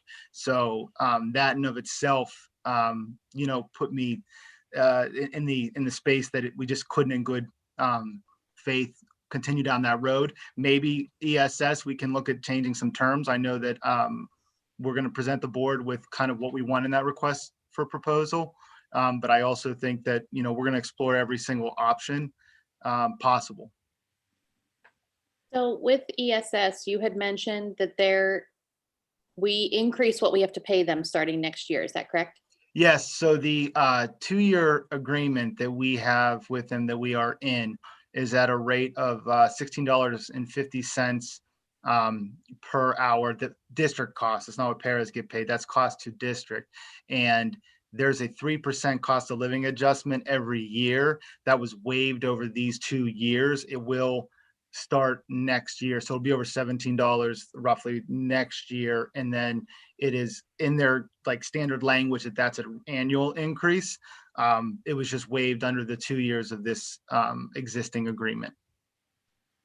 Michelle, I'd like to propose a motion for this, may I? Yes. Okay. Mr. Go ahead, I'm sorry. I think there's a resolution for this. Did you see that, Dr. Fike? Is that what we need to be using, Mr. Petonic? Okay. There was an attempt at a resolution to make it into board docs, and it was not meant to be the final word on this. And the discussions between Mr. Novikov, Mr. Masha, and myself have been ongoing. So the attempt to try to email that out to folks, and this is going to have to be treated as a walk-on also, is Southmoreland School Board authorizes and directs that, number one, the superintendent is authorized and directed to promptly give notice of intent to terminate to ESS Support Services, LLC, hereinafter ESS, for the following contracts for the term ending on June 30, 2021, so as not to automatically renew. The contract dated March 21, 2019, and all amendments and addenda thereto, but not the separate contract for substitute teachers. Number two, the administration is authorized to prepare specifications for requests for proposals and for board approval at the March voting meeting for all job classifications currently contracted with ESS pursuant to the contract dated March 21, 2019, and amendments and addenda thereto, specifically including A, personal care assistants, B, classroom assistants, C, in-home aides, and D, the newly described but not currently agreed to in the existing contract with ESS, quote, classroom behavioral specialist, close quote. And I believe that Mr. Novikov could go over, that job specification. Certainly. If so desire. Yeah, at our last discussion, there was a great deal of, we talked about difficult positions and unique circumstances that occur. And I was asked to articulate a job description of what a position that's sort of above and beyond typical would be. Because as we look for requests for proposals or even articulate our own proposal, we recognize that there's potential that there's a status difference, that there's a job that is somewhat above and beyond. So the description you have includes things like toileting and changing soiled, diapers or pull-ups, or a pair who may be having to work with a student that's physically aggressive, and the restraints are part of an IEP. So that if we encounter those positions, that we have some flexibility with either a third party or internally to look at compensating differently. Will your proposals include the option of our own hiring to meet the needs of our students when it's necessary, as needed? Yes, actually, and I know Ms. Botanic and I are working together on that for the March meeting, but that's exactly one of the big elements that I personally request, that, if you don't fill our position, we may, you may have first crack at it, but as you know, Dr. Fike, a hearing officer in a due process case doesn't care what our contract says with an agency. We have to provide services. So that's a big issue and a big element of our request for proposal. Okay. Now, anybody we would hire individually, they're not going into any bargaining unit, right?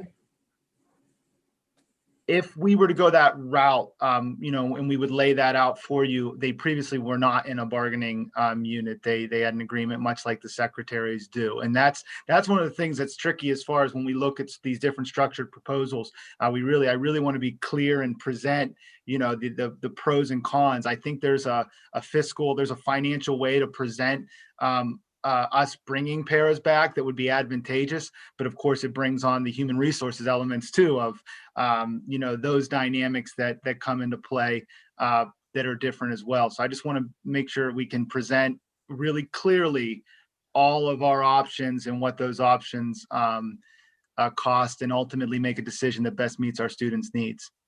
Alex, in the past though, that was not a problem. It was not. Right? So you mean go back to the way it used to be in that regard, in that regard. Yeah, but there's a couple different ways as far as the way it used to be. I mean, the way it used to be, the paras had the same health insurance coverage with the district paying for it as teachers, and they had a salary. There may be an option to present an hourly rate that has that structured differently, and that's what I'd like the opportunity to present the board with, those different options, so that we can, I think that there's no way, I'm looking at this at every way. I don't know that there's a way to satisfy everything, but I think there's a better way. And I think we're going to pursue, the best way that we can do this to really, because it's for our students. So, best getting and keeping and retaining the best pairs benefits ultimately what we're all here for, which is our students. Alex, I just don't want contract number 5. I understand. I thought that employees could join the union. Paraprofessionals, and I thought that was law, that they were able to. Oh, yes, but there is no union currently in existence, so there would have to be a petition for certification in an election. Okay. Which could happen.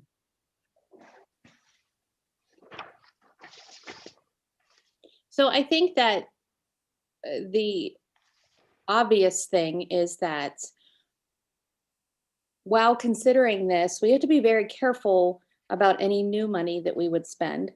If it's a huge amount, we have, like we keep saying, other contracts coming up and not coming up, current, that are due. So we have to keep in mind, along with, it's a fine balance in my mind, is, do I think it's best for our kids to be with paras that are from our own school that we can take care of? Yes, absolutely. But I also see the side of, we have a lot of contracts out there. So I just want to make sure, I think the best thing we can do is say, yes, terminate this so that we can see all the different options and what they cost. Give us everything we can. And I think it's very similar to what we just voted on, and is, let's explore everything, because obviously something has to change somewhere.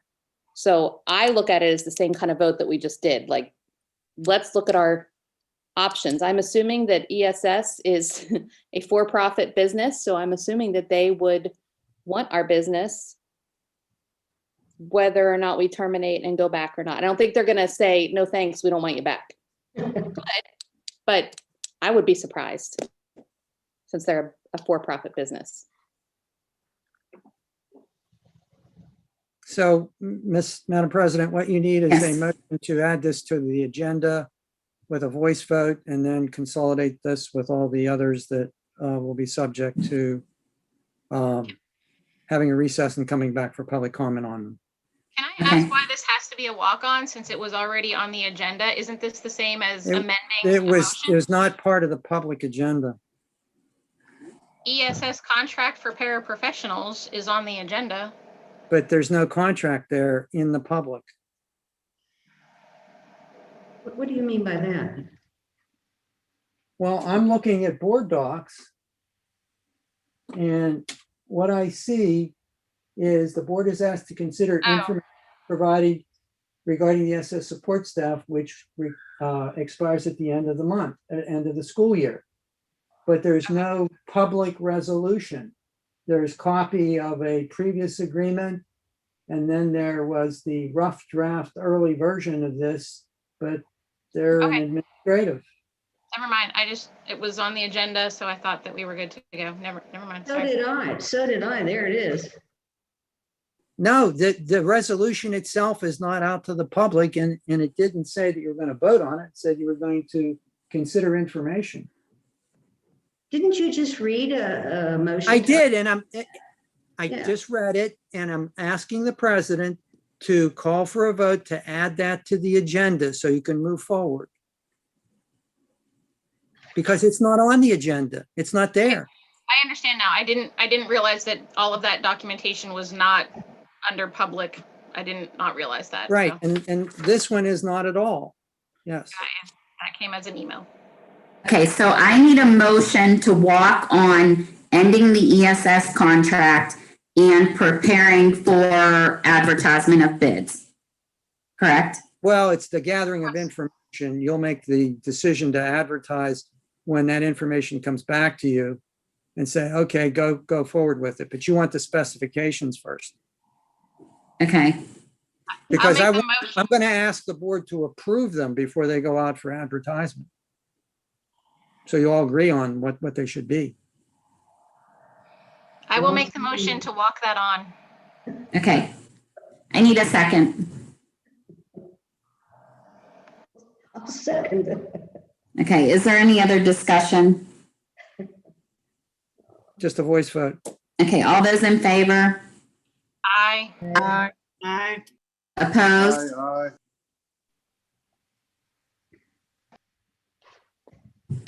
Okay. Okay, ESER 2 funding.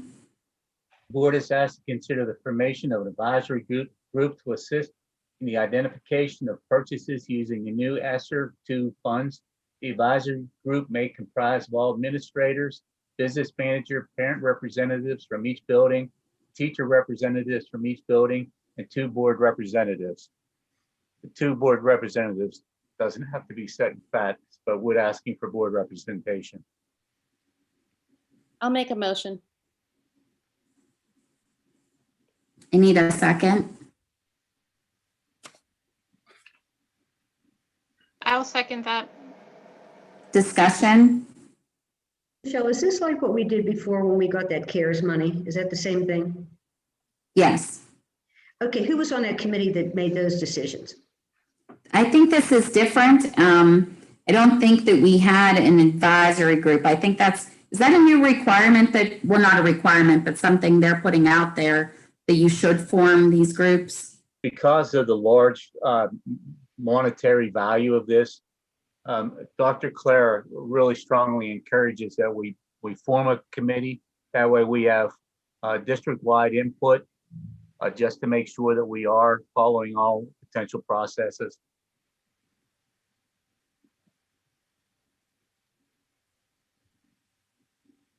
Is there any other discussion?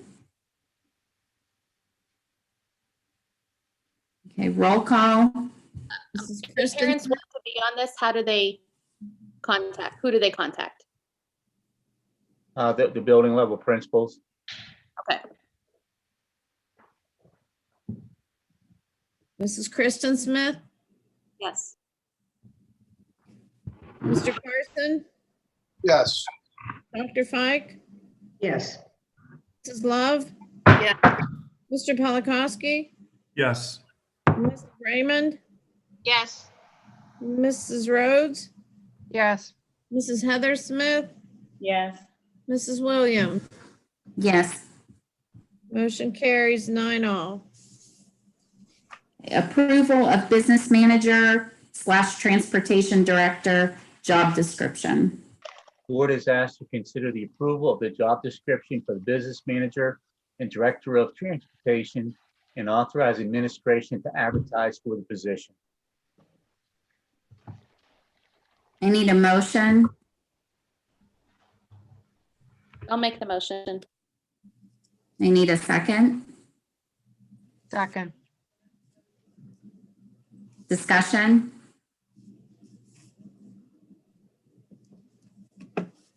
Need a roll call vote. Mr. Carson, Yes. Dr. Fike, Yes. Mrs. Love, Yes. Mr. Polakowski, Yes. Mrs. Raymond, Yes. Mrs. Rhodes, Yes. Mrs. Heather Smith, Yes. Mrs. Kristen Smith, Yes. Mrs. Williams. Yes. Motion carries 9-all.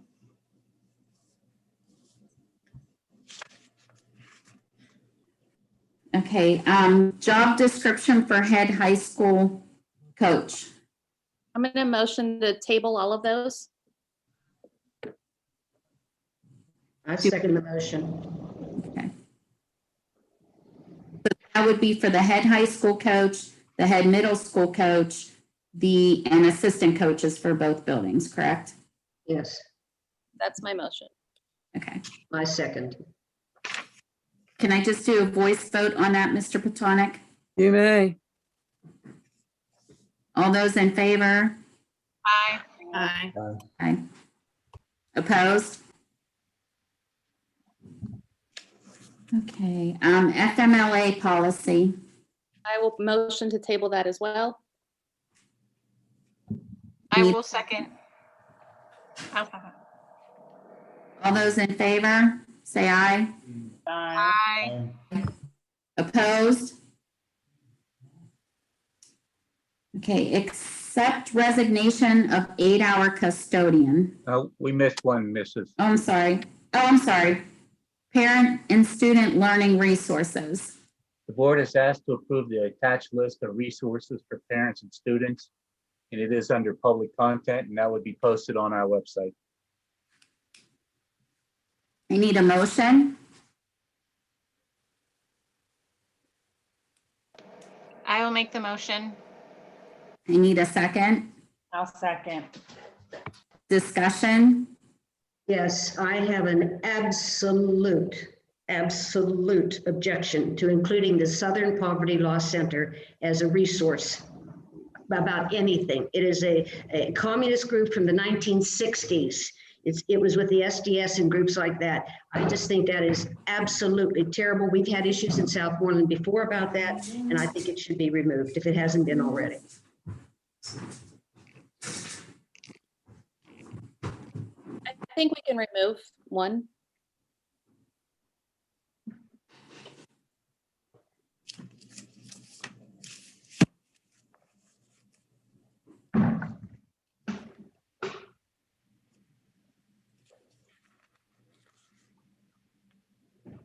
Any other discussion? You want to make a new motion removing that? That probably needs to be part of the motion, or are we moving forward with the motion as it stands? Right now, there's no motion to amend on the floor, so you would need a motion to amend to strike that. No, we made a motion. There was a Well- motion to accept this, was there not? Right, and Dr. Fike made an objection, but she didn't actually make a motion to amend, so you're still dealing with everything. How many motions does it take to change this? She can't just change it in the second degrees and that's the end of it? No? Well, I didn't hear that. Did they do that? No, that's, No, they didn't do that. Can I okay. make the motion? If that makes everybody Yes. more comfortable. I don't want to amend the motion. I think it's fine the way it is. Well, we've had issues before in this school district with them, Candace. Issues before in this school district. I'm simply reviewing the information that's provided on that, what the resources that are provided. And it's a lot of resources. It looks like excellent resources. And I have no problem with including it. That's.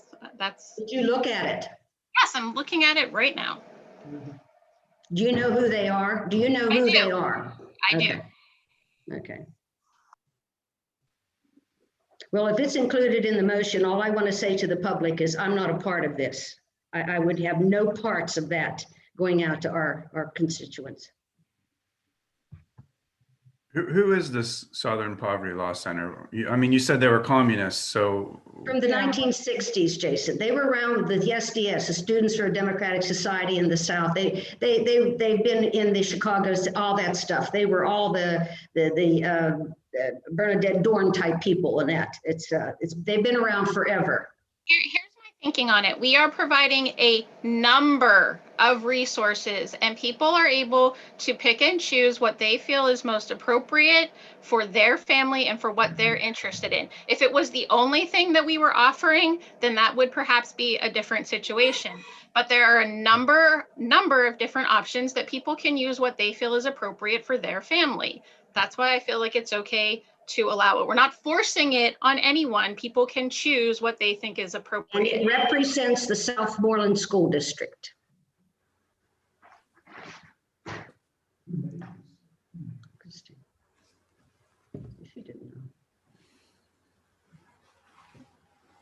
So we have a motion and a second.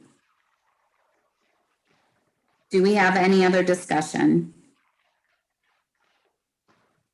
So I said that if it makes everyone more comfortable to have that not on there, that's fine. I would just like to get these resources out because we've been talking about it for a while. So I'm fine if everybody wants to take that off, that's fine. There's a lot of good resources on there and they're all free, which is great. So if we want to remove this, we would have to. Well, that's only one of the two people who made the motion. Correct. So far, it's still on the table as is. Correct. That's what I was going to say. We would need to vote on this. And if it. I do feel uncomfortable when someone makes a claim, if Dr. Feig makes a claim like that, it makes me feel a little uncomfortable leaving it on there. I don't know. I'm not saying it's true. I'm not saying it's not true, but of course it makes me uncomfortable. I don't know. I don't even know. I would like to get resources out to parents and teachers and kids. Well, let's take the vote then. Let's move on, take the vote. You have a call for the vote. So, Mrs. Smith, you're leaving we're voting on it this way and then moving. I said I would amend it. I said I would amend it. Okay. Well, okay. The point is there was no consent by both of the people Correct. making the motion. Only one appears to want to change their mind. So as it is right now, it's still on the table. Whatever, amend it, it's fine. So you're agreeing to the amendment. Yes, that's fine. And Mrs. Smith? Me? Mrs. Smith, I'm sorry, Heather. Yeah, that's fine. Okay. I apologize. It was Heather Smith. I thought it was Kristen Smith who was the second. I apologize. Was it Heather Smith who made the second? Yes. Okay. And So Heather's. they were both fine, and now they both want to amend it, correct? They're agreeing to the objection of Dr. Feig. That's the way I'm taking it. I was, for a minute, I was under the impression that Christy had made the motion and I seconded it, although I originally thought that I had made the motion and someone else had seconded it. I wrote down Candace Raymond and Heather Smith. Right. But during the discussion, I got mixed up with the Smiths. I'll admit that. I'm sorry. Candace, I have to tell you that I don't know if I made the motion or the second. No. You didn't do Heather either. Smith made the second. I didn't do either. Okay, great. Made the motion. Okay. Okay, so I have a motion that was amended, correct? Sure, we'll go with that. I'm sorry. And then I have a second that was amended. And now I need to have a roll call vote. Michelle, can I say something? Can I say something? I want to thank Christy for what she did. She did a beautiful job. She did a great thing for us, for the community, and I really, really appreciate her work. I want her to know that. Thank you. I think that's why I got confused, because I said I would take it off because I sent this in. So I apologize. Like I said, I just want to get the resources out. I agree. Okay, so roll call vote. Dr. Fike? Yes. Mrs. Love? Yes. Mr. Polakowski? Yes. Mrs. Raymond? Yes. Mrs. Rhodes? Yes. Mrs. Heather Smith? Yes. Mrs. Kristen Smith? Yes. Mr. Carson? Yes. Mrs. Williams? Yes. Motion carries 9-all. Accept resignation of 8-hour custodian. Board is asked to accept the resignation of Monica Yankowski, 8-hour custodian at the primary center, effective February 19th, 2021 as her last day. I need a motion. I'll make the motion. I need a second. I'll second. Discussion. I have a question. I didn't see on there that you're going to post the position, Vince. That's what I was just gonna ask. Oh, I'm That was sorry. my question too. Do we need to advertise for this position? I think it would behoove us to say post and advertise. Yeah, it should, you should add that. Yeah. Okay, can we add that to the motion?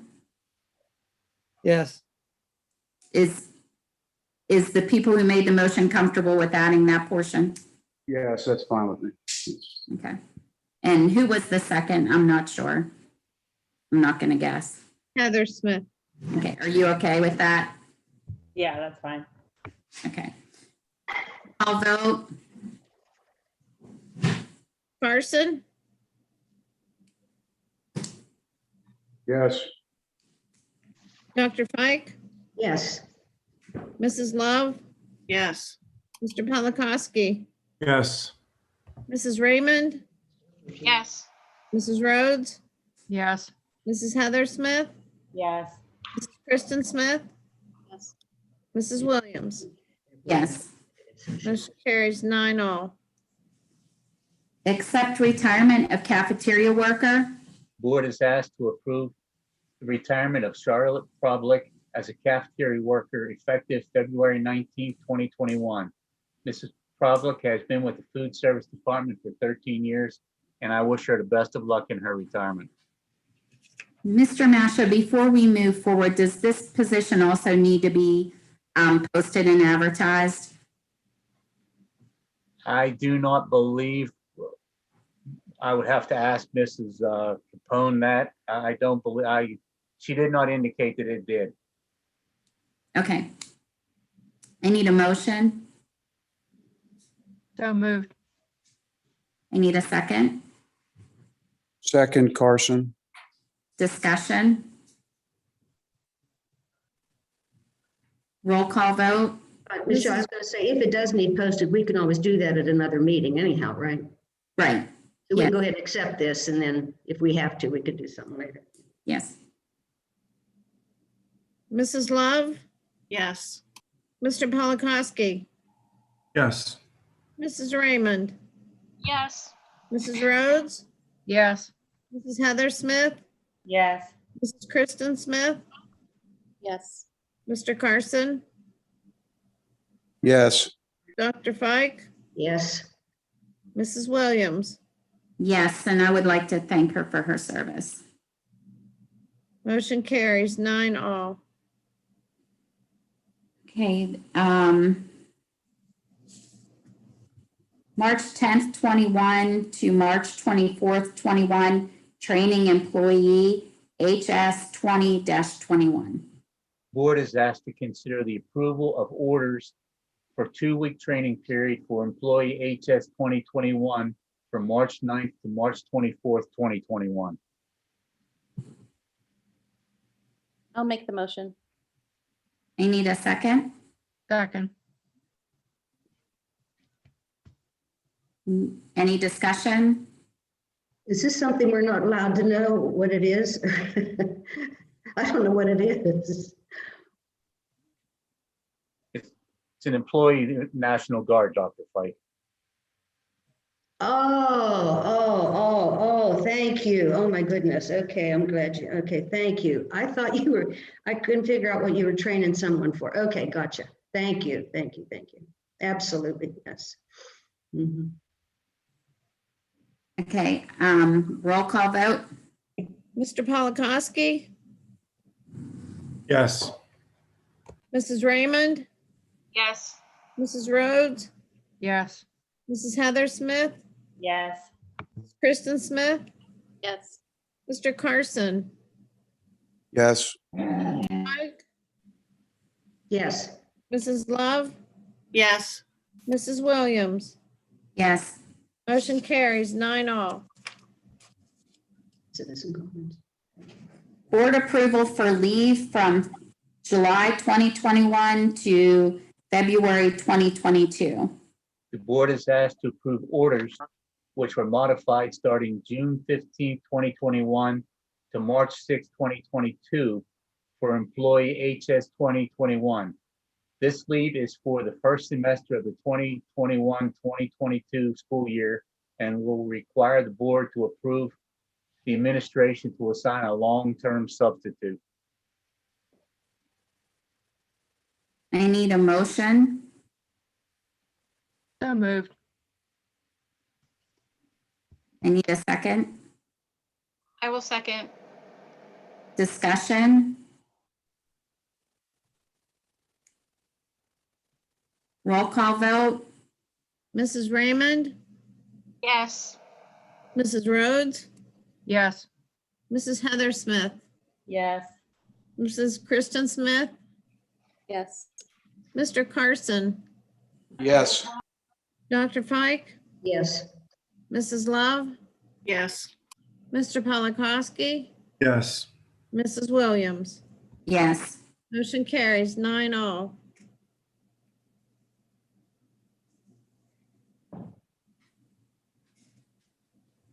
Does any other board members have anything before we move into our walk-on items?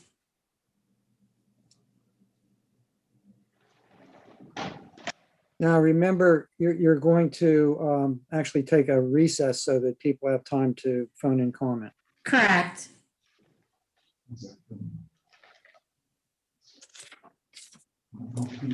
I do have a question for Mr. Masha. We have been 2 weeks in the moderate now, and our numbers are continuing to trend down. I did have a discussion with him earlier today, and I think that we will be working on plans to move back to fully face-to-face. I think that's something that the admin team will be focusing on next to get us back into the buildings full-time with options for children to remain fully virtual if that's what they choose to do. I don't think we're ready to have that discussion now. We've been working pretty hard this month on getting everybody back into the building on the hybrid model and introducing our face-to-face virtual for everyone in the secondary level. That's just occurring effective this week, or was that effective last? So that just started, and then we've had all the snow days. So that's been a problem. But I just wanted to put it out there to the public that although it was not on the agenda this evening, that is something that the admin team will be moving their focus towards moving forward. Is that correct, Mr. Masha? That is correct, Mrs. Williams. Okay. Does anybody else have anything before we take a recess? should we just like list what things were the walk-ons so people Yes. know? I think you should, yes. Okay, so that's what I'm gonna do next. So we are walking on the hiring of a videographer at a cost of $1,502, which would consist of 2 meetings per month at 5 hours each, allowing a half hour for setup and a half hour for tear down. And anything over that meeting wise or hour wise would be at a rate of $15 an hour. That is the supplemental that is allotted for in the teacher's contract as of right now. So that wasn't a dollar figure that we just came up with. That is what's allotted for that position. The second walk-on was a motion to walk on the hiring of an assistant girls basketball coach for the high school, and that would be Susan Spadaro. The other thing that we were walking on was ending the contract with ESS and gathering information to move forward with sending out bids and just to explore our options over the next 60 days. Was there anything else that I believe that was all? It would be request for proposal rather than bids. It's a technical term. Okay, so we would be gathering information for proposals and also working on our own information in-house of which direction we want to move. So we will be taking a 5-minute recess. Was that what it was? Yes. And do we have a number that they can call? Can we share that with them again? 724-887-2065. So just to repeat that, it was 724-887-2065. Correct. Okay. And we will. That would be Mr. Pushkar. He will be answering that phone. Do comments have to be specifically limited to those 3 topics? Yes. Yes. Okay. I just wanted to clarify.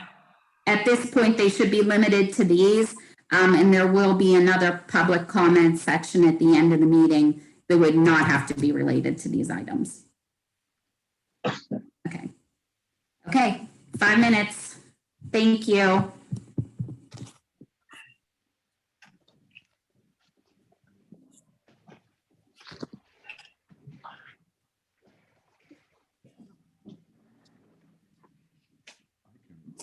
Give her an extra piece of paper. Well, just give me something. I can get into my notes right now. You know, I got 5 minutes to pull out. Yeah, you do. Let's see what I missed. This is like a big addition for me, right? Teacher contract.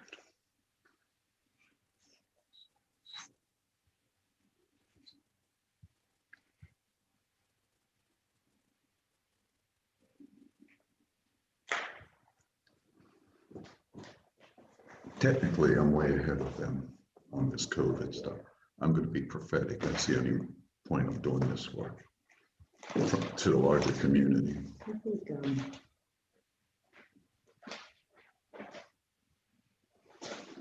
I need to get my phone and call to just exercise this little option.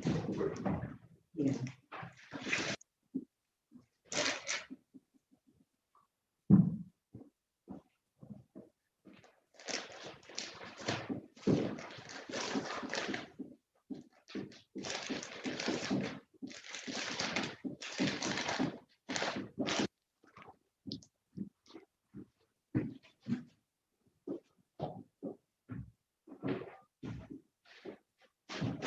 See what happens. The answers.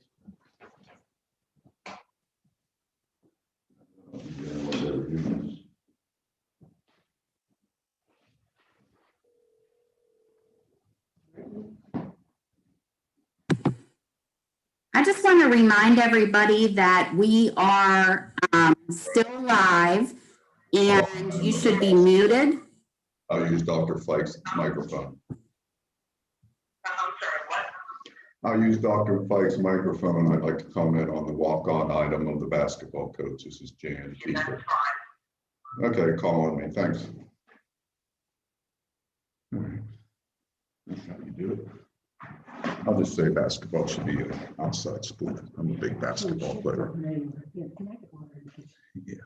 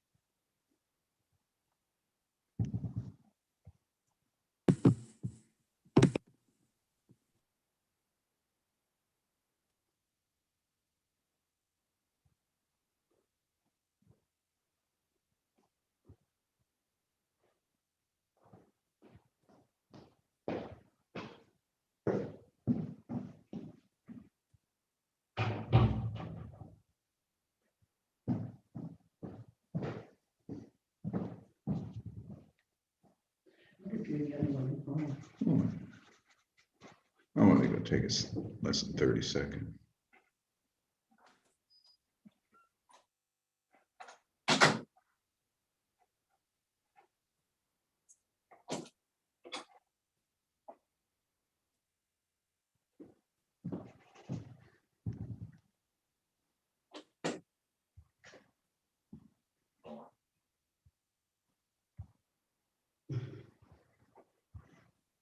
Since some microphones are on, I would assume ours are on.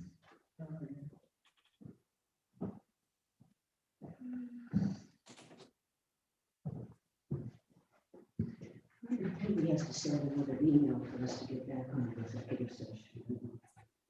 Maybe there isn't one.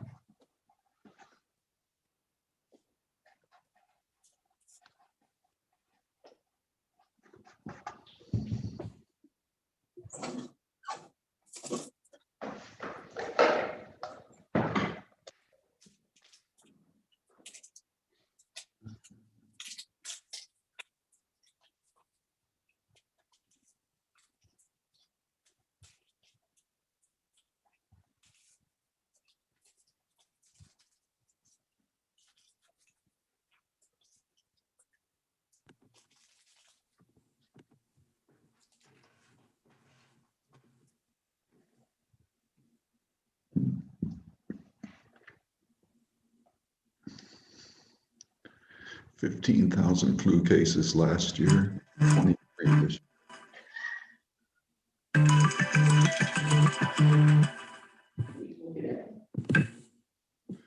Okay, that was 5 minutes. Mr. Kiefer, is it possible for you all to mute your microphone?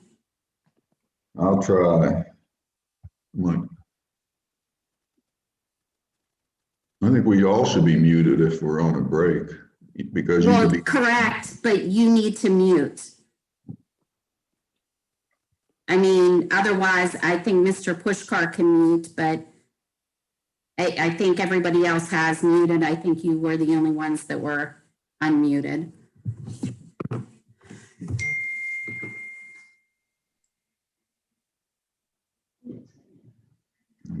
Do we have any call-ins, Mr. Pushkar? We have one. Okay, I just wanted to make a statement before we move forward, if that's okay with everybody. I do not personally know what the Southern Poverty Law Center stands for. I didn't take time to look them up. I just want everybody to be aware of that. I feel like we removed this as to not cause conflict within the board. It wasn't worth arguing about. And we really want these resources to get out to families. I feel like it should have already gone out to them. Obviously, it's been on the agenda, and people know what we're discussing. So if they'd like to reach out and get those from them, I'm sure they can. But I just felt that we needed to make a statement that many of us may not know a single thing about the Southern Poverty Law Center. And I certainly don't want to be misrepresenting them we just wanted to get the information out to families. And I do know that they do have good free resources about anti-racism.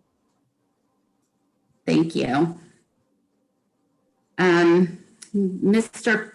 Tarson, do you know who needs to speak, or would Mr. Pushkar just be handling that?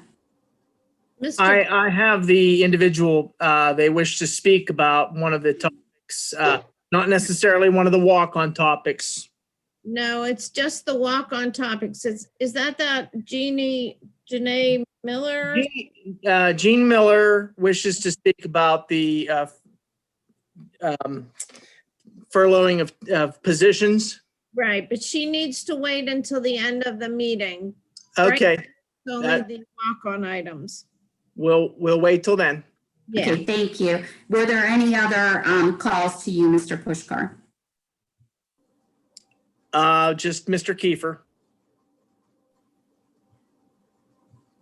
Hi, I'd like to comment on the walk-on item of the basketball coach. This is a good example to shift gears and move basketball to an outdoor summer, spring, fall sport so that we can eliminate the indoor COVID and virus factor of the sport. I played basketball until I was 30 years old, and it can be done outside. That's all on that. And thank you for letting me comment this way. Thank you. I just want to point out that the girls basketball team won this evening and will be moving to the playoffs. So the sport is basically over. And again, that's a PIAA decision as to when that girls basketball will be played. That's not a Southmoreland decision. Okay. No other comments, Mr. Pushkar? Not about the walk-ons. Could you please give me just a couple second heads up as to when the end of the meeting comments are available so I can contact the person that wishes to make a comment at the end? Yes. The last thing, Mr. Pushkar, just so you know, the last thing we will be voting on would be the ending of the ESS contract. So that may be a good time to get her online for that. I'll start proceeding to contact that person at that time. Okay, thank you. Just in case I forget to give you a heads up. Okay, so we will proceed with the hiring of a videographer. I would need a motion. So moved. I need a second.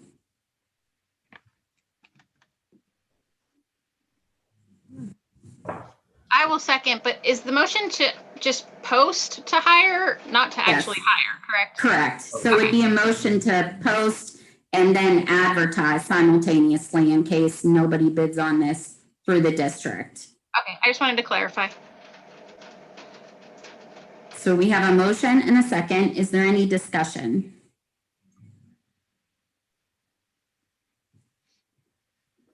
Is this only going to be while we're at distancing issues, or is this going to be a forever thing? Because I thought that the camera was installed at the middle school and this is for at the high school. Yes.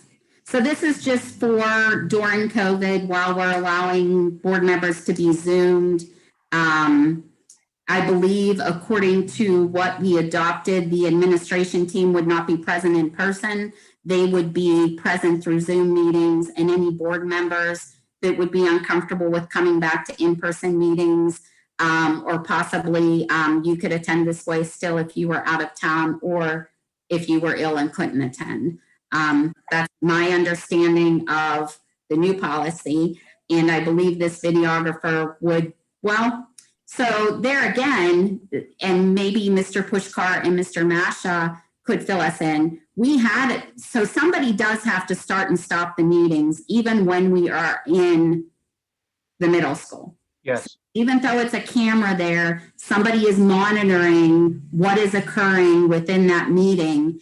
And if we go offline or whatever happened, which we did have happen one time at the middle school, and I believe Mr. Smithula had to come in for that.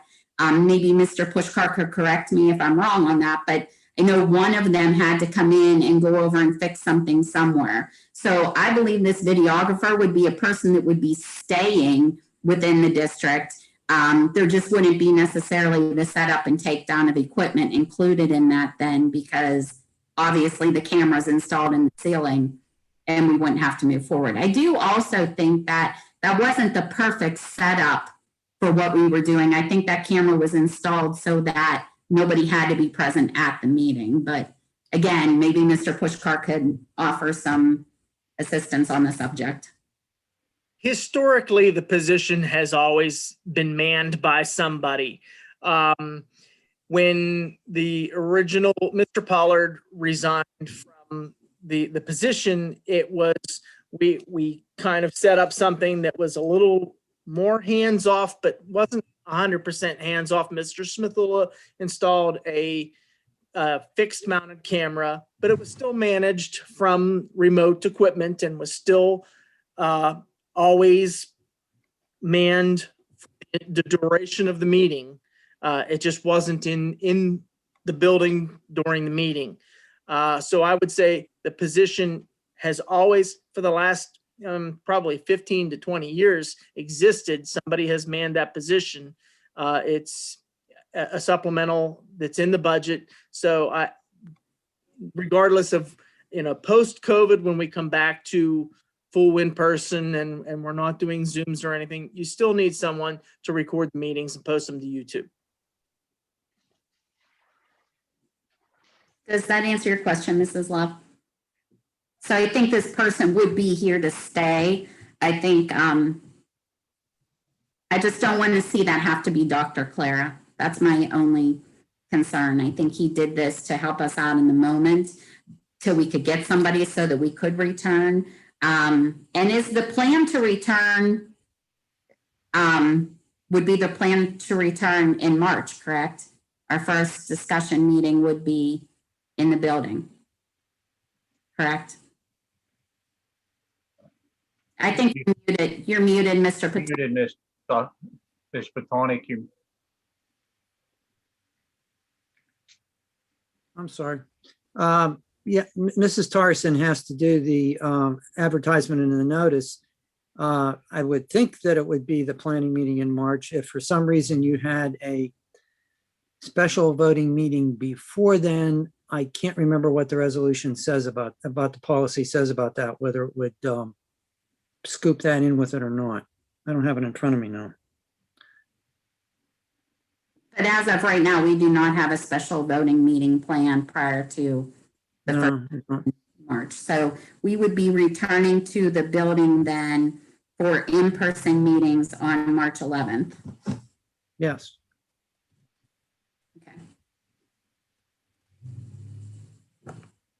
Okay, so did I have a motion? Do I need a motion? Okay. You do. I will make the motion. I'm sorry, you do have. Yeah. And a Oh, second, Mrs. Rhodes, Okay. motion, and Mrs. Raymond's, I'm sorry. Are you ready for roll call? Yes. Do we have any other discussion? No, please.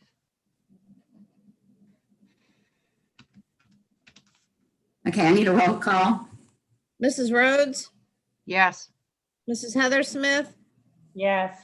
Mrs. Kristen Smith, Yes. Mr. Carson, Yes. Dr. Pike, No. Mrs. Love, No. Yes. Mr. Pop, Motion. Yes. Mrs. Raymond, Yes. Mrs. Williams. Yes. Motion carries a yes, 1 no.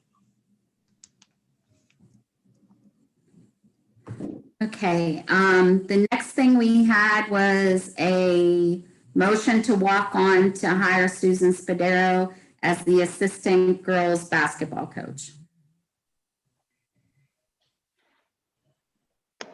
Motion? That's at the high school, correct? Correct. I'll make the motion. I'll second Carson. Roll call? Mrs. Heather Smith, Yes. Mrs. Kristen Smith,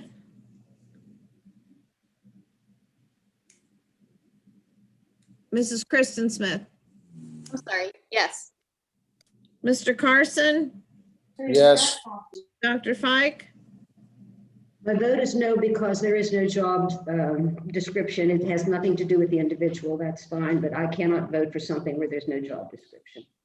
Mrs. Love, Yes. Mr. Polakowski, Yes. Mrs. Raymond, Yes. Mrs. Rhodes, Yes. Mrs. Williams. I'm also a no. It's nothing against Mrs. Spadero or the position. I would just like to see job descriptions in place before we're hiring. And we had a job description and we were asked to remove that from the agenda. So I'm a no. Motion carries 7 yes, 2 no. Okay, I need a motion on ending the ESS contract and allowing them to gather information for proposals. I will make that motion. Do I need to read the resolution that you prepared, but you read it previously, Mr. I already Chairman? read it. I Okay. already read it. I'll second. Any discussion? Roll call vote. Mrs. Kristen Smith, Yes. Mr. Carson, Yes. Dr. Fike, Yes. Mrs. Love, Yes. Mr. Polakowski, Yes. Mrs. Raymond, Yes. Mrs. Rhodes, Yes. Mrs. Heather Smith, Yeah. Mrs. Williams. Yes. Motion carries 9-all. Okay, does the board have anything else before we move into the last citizens comment section? I have a question. Yes. Are we thinking about having a play this year, or I have some people asking? I do believe that there is some initial discussion about that, Mrs. Smith. Do you think we're gonna be able to have like a musical and? I don't know what Mrs. Gore is going to be recommending for Mr. Kravchuk, but I know that they were looking into having, some discussions concerning that. Okay, that's all I wanted to know. Thank you. Is there anything else? Okay, I just wanted to remind everybody that had hung on at the end of executive that we will be returning to executive following this meeting. So is the best thing for us to do to stay within this meeting or start another one? Is there no public commenter for the end of the meeting? No, I'm getting there. I just want to make sure that I address everything that I need to address prior to allowing for public comment so that nobody has to criticize me at the end of the meeting. Mrs. Williams. So, yes. Yes, you could go back to the Zoom link that I set you for the executive session.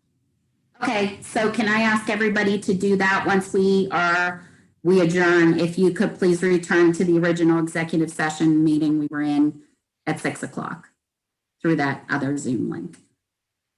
Okay, citizens' comments. Do you have anything, Mr. Pushkar? Yes, we have Gina Miller. Okay. Yes, my name is Gina Miller. I reside at 06 Arthur Avenue, Scottsdale, Pennsylvania. And yes, my main concern is the furloughing of our teachers in this district. Our teachers have not been in a contract for over 2 years. They have not received their pay step or their pay tiers in the last 2 years, but yet you are considering furloughing them. Yet our administrative staff still receives their raises. At what point is this board going to recognize the teachers in this district and the amount of stress that you board members have put on them? I hope that teachers are listening to this.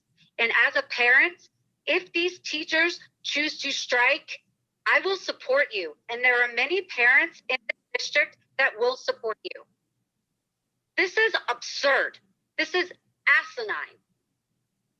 To really consider furloughing our teachers, our children's educators, is beyond disgusting.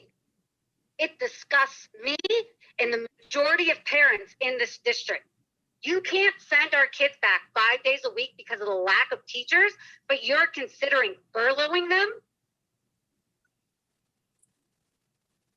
Seriously. Put your brains back in your head.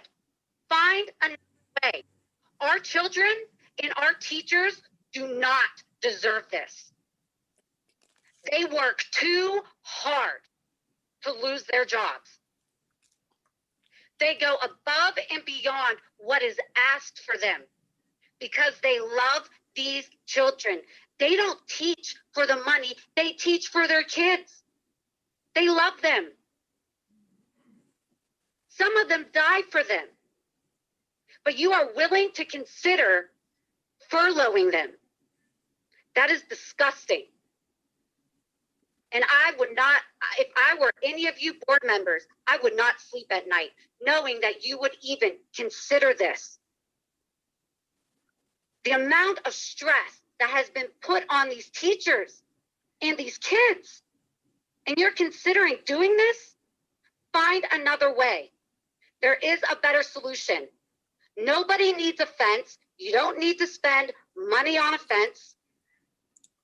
You guys spent too much time bantering and going back and forth about subjects that were not necessary when you knew you were in a budget crisis at the beginning of the school year. If you would have had better solutions from the COVID, you would not be here. Parents would have not have left the district. And to take this out and furlough teachers and not even consider contracts, they haven't been in a contract for over 2 years. They have been in a pay freeze for 2 years. They have not received the money that they earn, that they deserve for 2 years, but you're going to furlough them. That is disgusting, and that is despicable. And I hope parents are listening to this. I hope the teachers are listening to this, because this school district is in for a rude awakening, because parents are done. These teachers don't deserve this.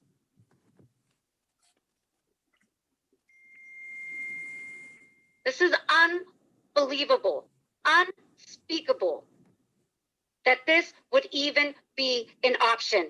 Our children's educators, an education that our children really have been struggling almost for a year now, and you're really considering getting rid of their teachers, furloughing them. Mr. Botonic, here's a piece of advice. Maybe you should retire and allow somebody better in to fill your position. I mean, every other meeting, it's, oh, I don't know, it's a gray area. Well, you know, if it's not much of a gray area, retire. Let a younger attorney in who knows the ropes, who's up on the times. I mean, for you even to sit and say, let's furlough teachers, this is our only solution. Are you kidding me? Seriously. I hope and I pray that the teachers in this district strike, because they deserve their money, they deserve a contract, and they do not deserve to be furloughed. This is absolutely disgusting that you would even consider this. Time is up. Thank you. Madam President, You're welcome. I'll be back next week. I'll be back next meeting. Madam President, Yes, Mr. Patonic. I would like to merely state that I did not say, let's furlough teachers. I did not advocate for a position on that. I presented the law and the information relevant to it for the board to make a decision. The speaker has incorrectly stated some crucial facts. The first fact being that it is only the current year that is the situation with the SEA, the teachers not having a raise or an increase. By the same token, both the custodians and the cafeteria workers and the Act 93 group have all agreed to this current year, working at the same rates as existed in the prior year. Thank you. So I just want to say one thing, because I don't want the last thing that our amazing teachers here this evening to be that this board doesn't care about them, or that we don't appreciate them, or we don't know how hard they are working, because they have done everything that has been asked of them this year and then some. Nobody sitting on this board wants to furlough a single solitary person. We are faced with a budget right now that is $1.9 million over budget. That has nothing to do with the cost of going to cyber school. I mean, I guess you could remove out what we've budgeted extra, but we are still faced with $1.3 million in deficit. So if somebody out there has some fabulous idea of where we get $1.3 million, I would suggest that you email the board and tell us what your ideas are and where you would cut from, because really, in all honesty, we have cut every single thing that we can cut from this district, and it is shameful and it is disgusting. But this board is left to come up with solutions to not raising taxes over the years, because that's where we are. This board needs to come up with solutions to the fact that we have spent from our fund balance every single year to make up for the deficits of not raising our taxes in this district. So it was put out there a couple weeks ago for us to put a referendum on the board on the ballot for us to be able to raise taxes above the Act 1 index, and that was voted down. So that's the only other way we have as a district to generate money back into it.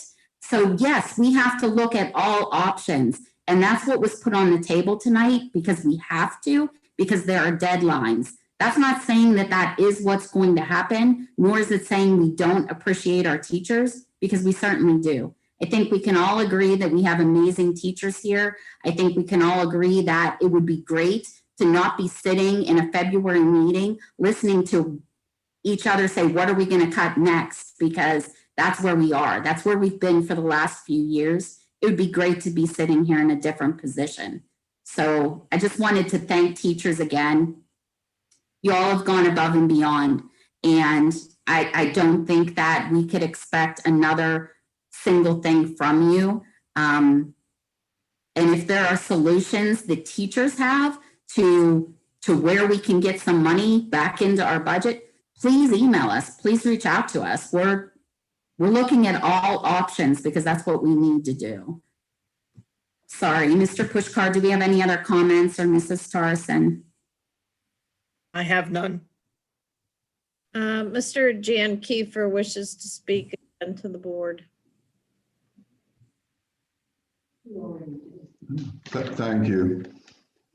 Going back to my initial comments at the beginning of the period, this PCR issue does matter to this particular board and these members.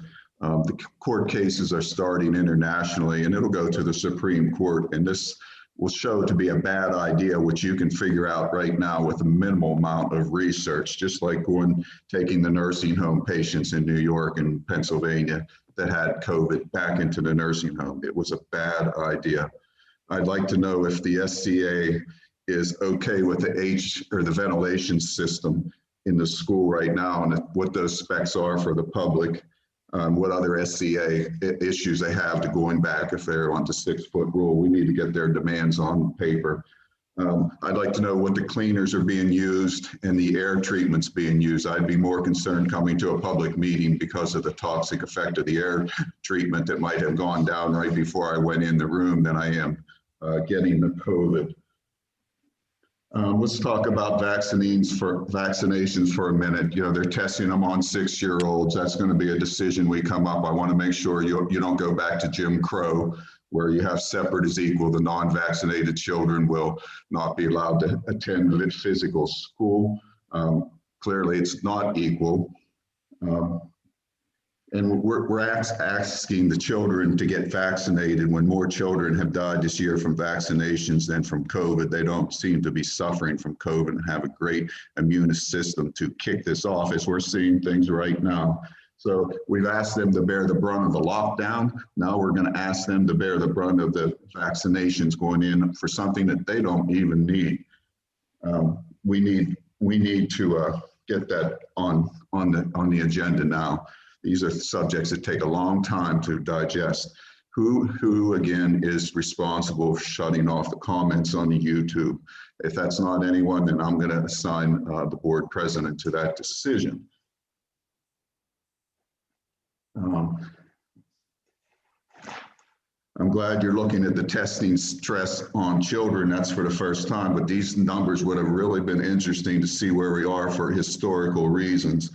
And I'd like to take a holistic approach to these children and not just test their brains and their memories on tests. But as far as this COVID's going on, we don't know, but we just have to look at it as it's going to be like the war on drugs, the war on poverty, the war on terrorism. They don't end. They'll stoke the fires of this COVID stuff whenever they need to. And I have an American with Disabilities Act question. That there are people who are electromagnetic field sensitive, and I'm sure that you want to provide for those peoples and in public meetings, but I'm advocating more for the students, of course. And finally, the head injury story. The NCAA and Pitt are being sued by football players for head injuries incurred during their college careers. There's studies that show that those injuries are much worse in the younger children. And you can, again, make yourself available to those and raise your awareness. Otherwise, you're rubber stamping a program where children are being permanently injured, and there's plenty of studies to support that. All right, that's all for tonight. Thank you. Good night. I'd like to just address one thing. I was not the person that decided to shut off comments, but I'll take that responsibility and I'll give you my reasons why. Number one is that this is a public meeting. We're in person. I'm sorry, Mr. Kiefer. I'm speaking. So we shut off public comments because during a public meeting, if you were in person, you would not be able to comment as a meeting was going on. You would be sitting in the audience. You would not be commenting on a live feed. Second is there's opportunity at the beginning and the end of a meeting. If somebody wants to call in and make a comment that can be addressed by this board, we will do so. I am not going to sit and read comments slandering people, calling people names, and everything else that was going on in those comments. So I'm sorry. I'm glad they were shut off. We're not commenting back and forth on them. If you want to make a comment during a public meeting, you can do so at the beginning. You can do so at the end. We changed our policy on walk-ons. You can comment then as well. There is no reason for public comments to be turned on this YouTube video. And it won't matter because come next week, it will be different. Our next meeting, we will be in person. So I'm sorry, if you have a comment, you can address the board just as you did this evening. Perhaps we want to comment back and forth to one another during the meeting. Why would you suppress that? Why? Because that's not the forum for this. You wouldn't be doing it during a public meeting. If you comment back and forth, then post something on Facebook or whatever, Mr. Kiefer, and comment back and forth. What did you say? I said if you want to comment with people, have a conversation with people. But if that's on, for instance, your Facebook page, then you have the power of censor. This has to be the community-based comment board where we have a free and That's not this forum. That's not this forum. This forum is the public school board meeting, but you can add that easily. Well, that's not this forum, and I'm not taking the time to add that. Well, let's make it a board vote. Okay, can we, do I have a motion to adjourn?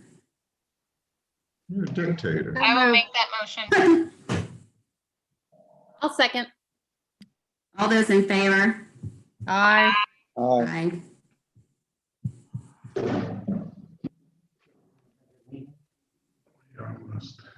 Can I please have everybody join the other meeting?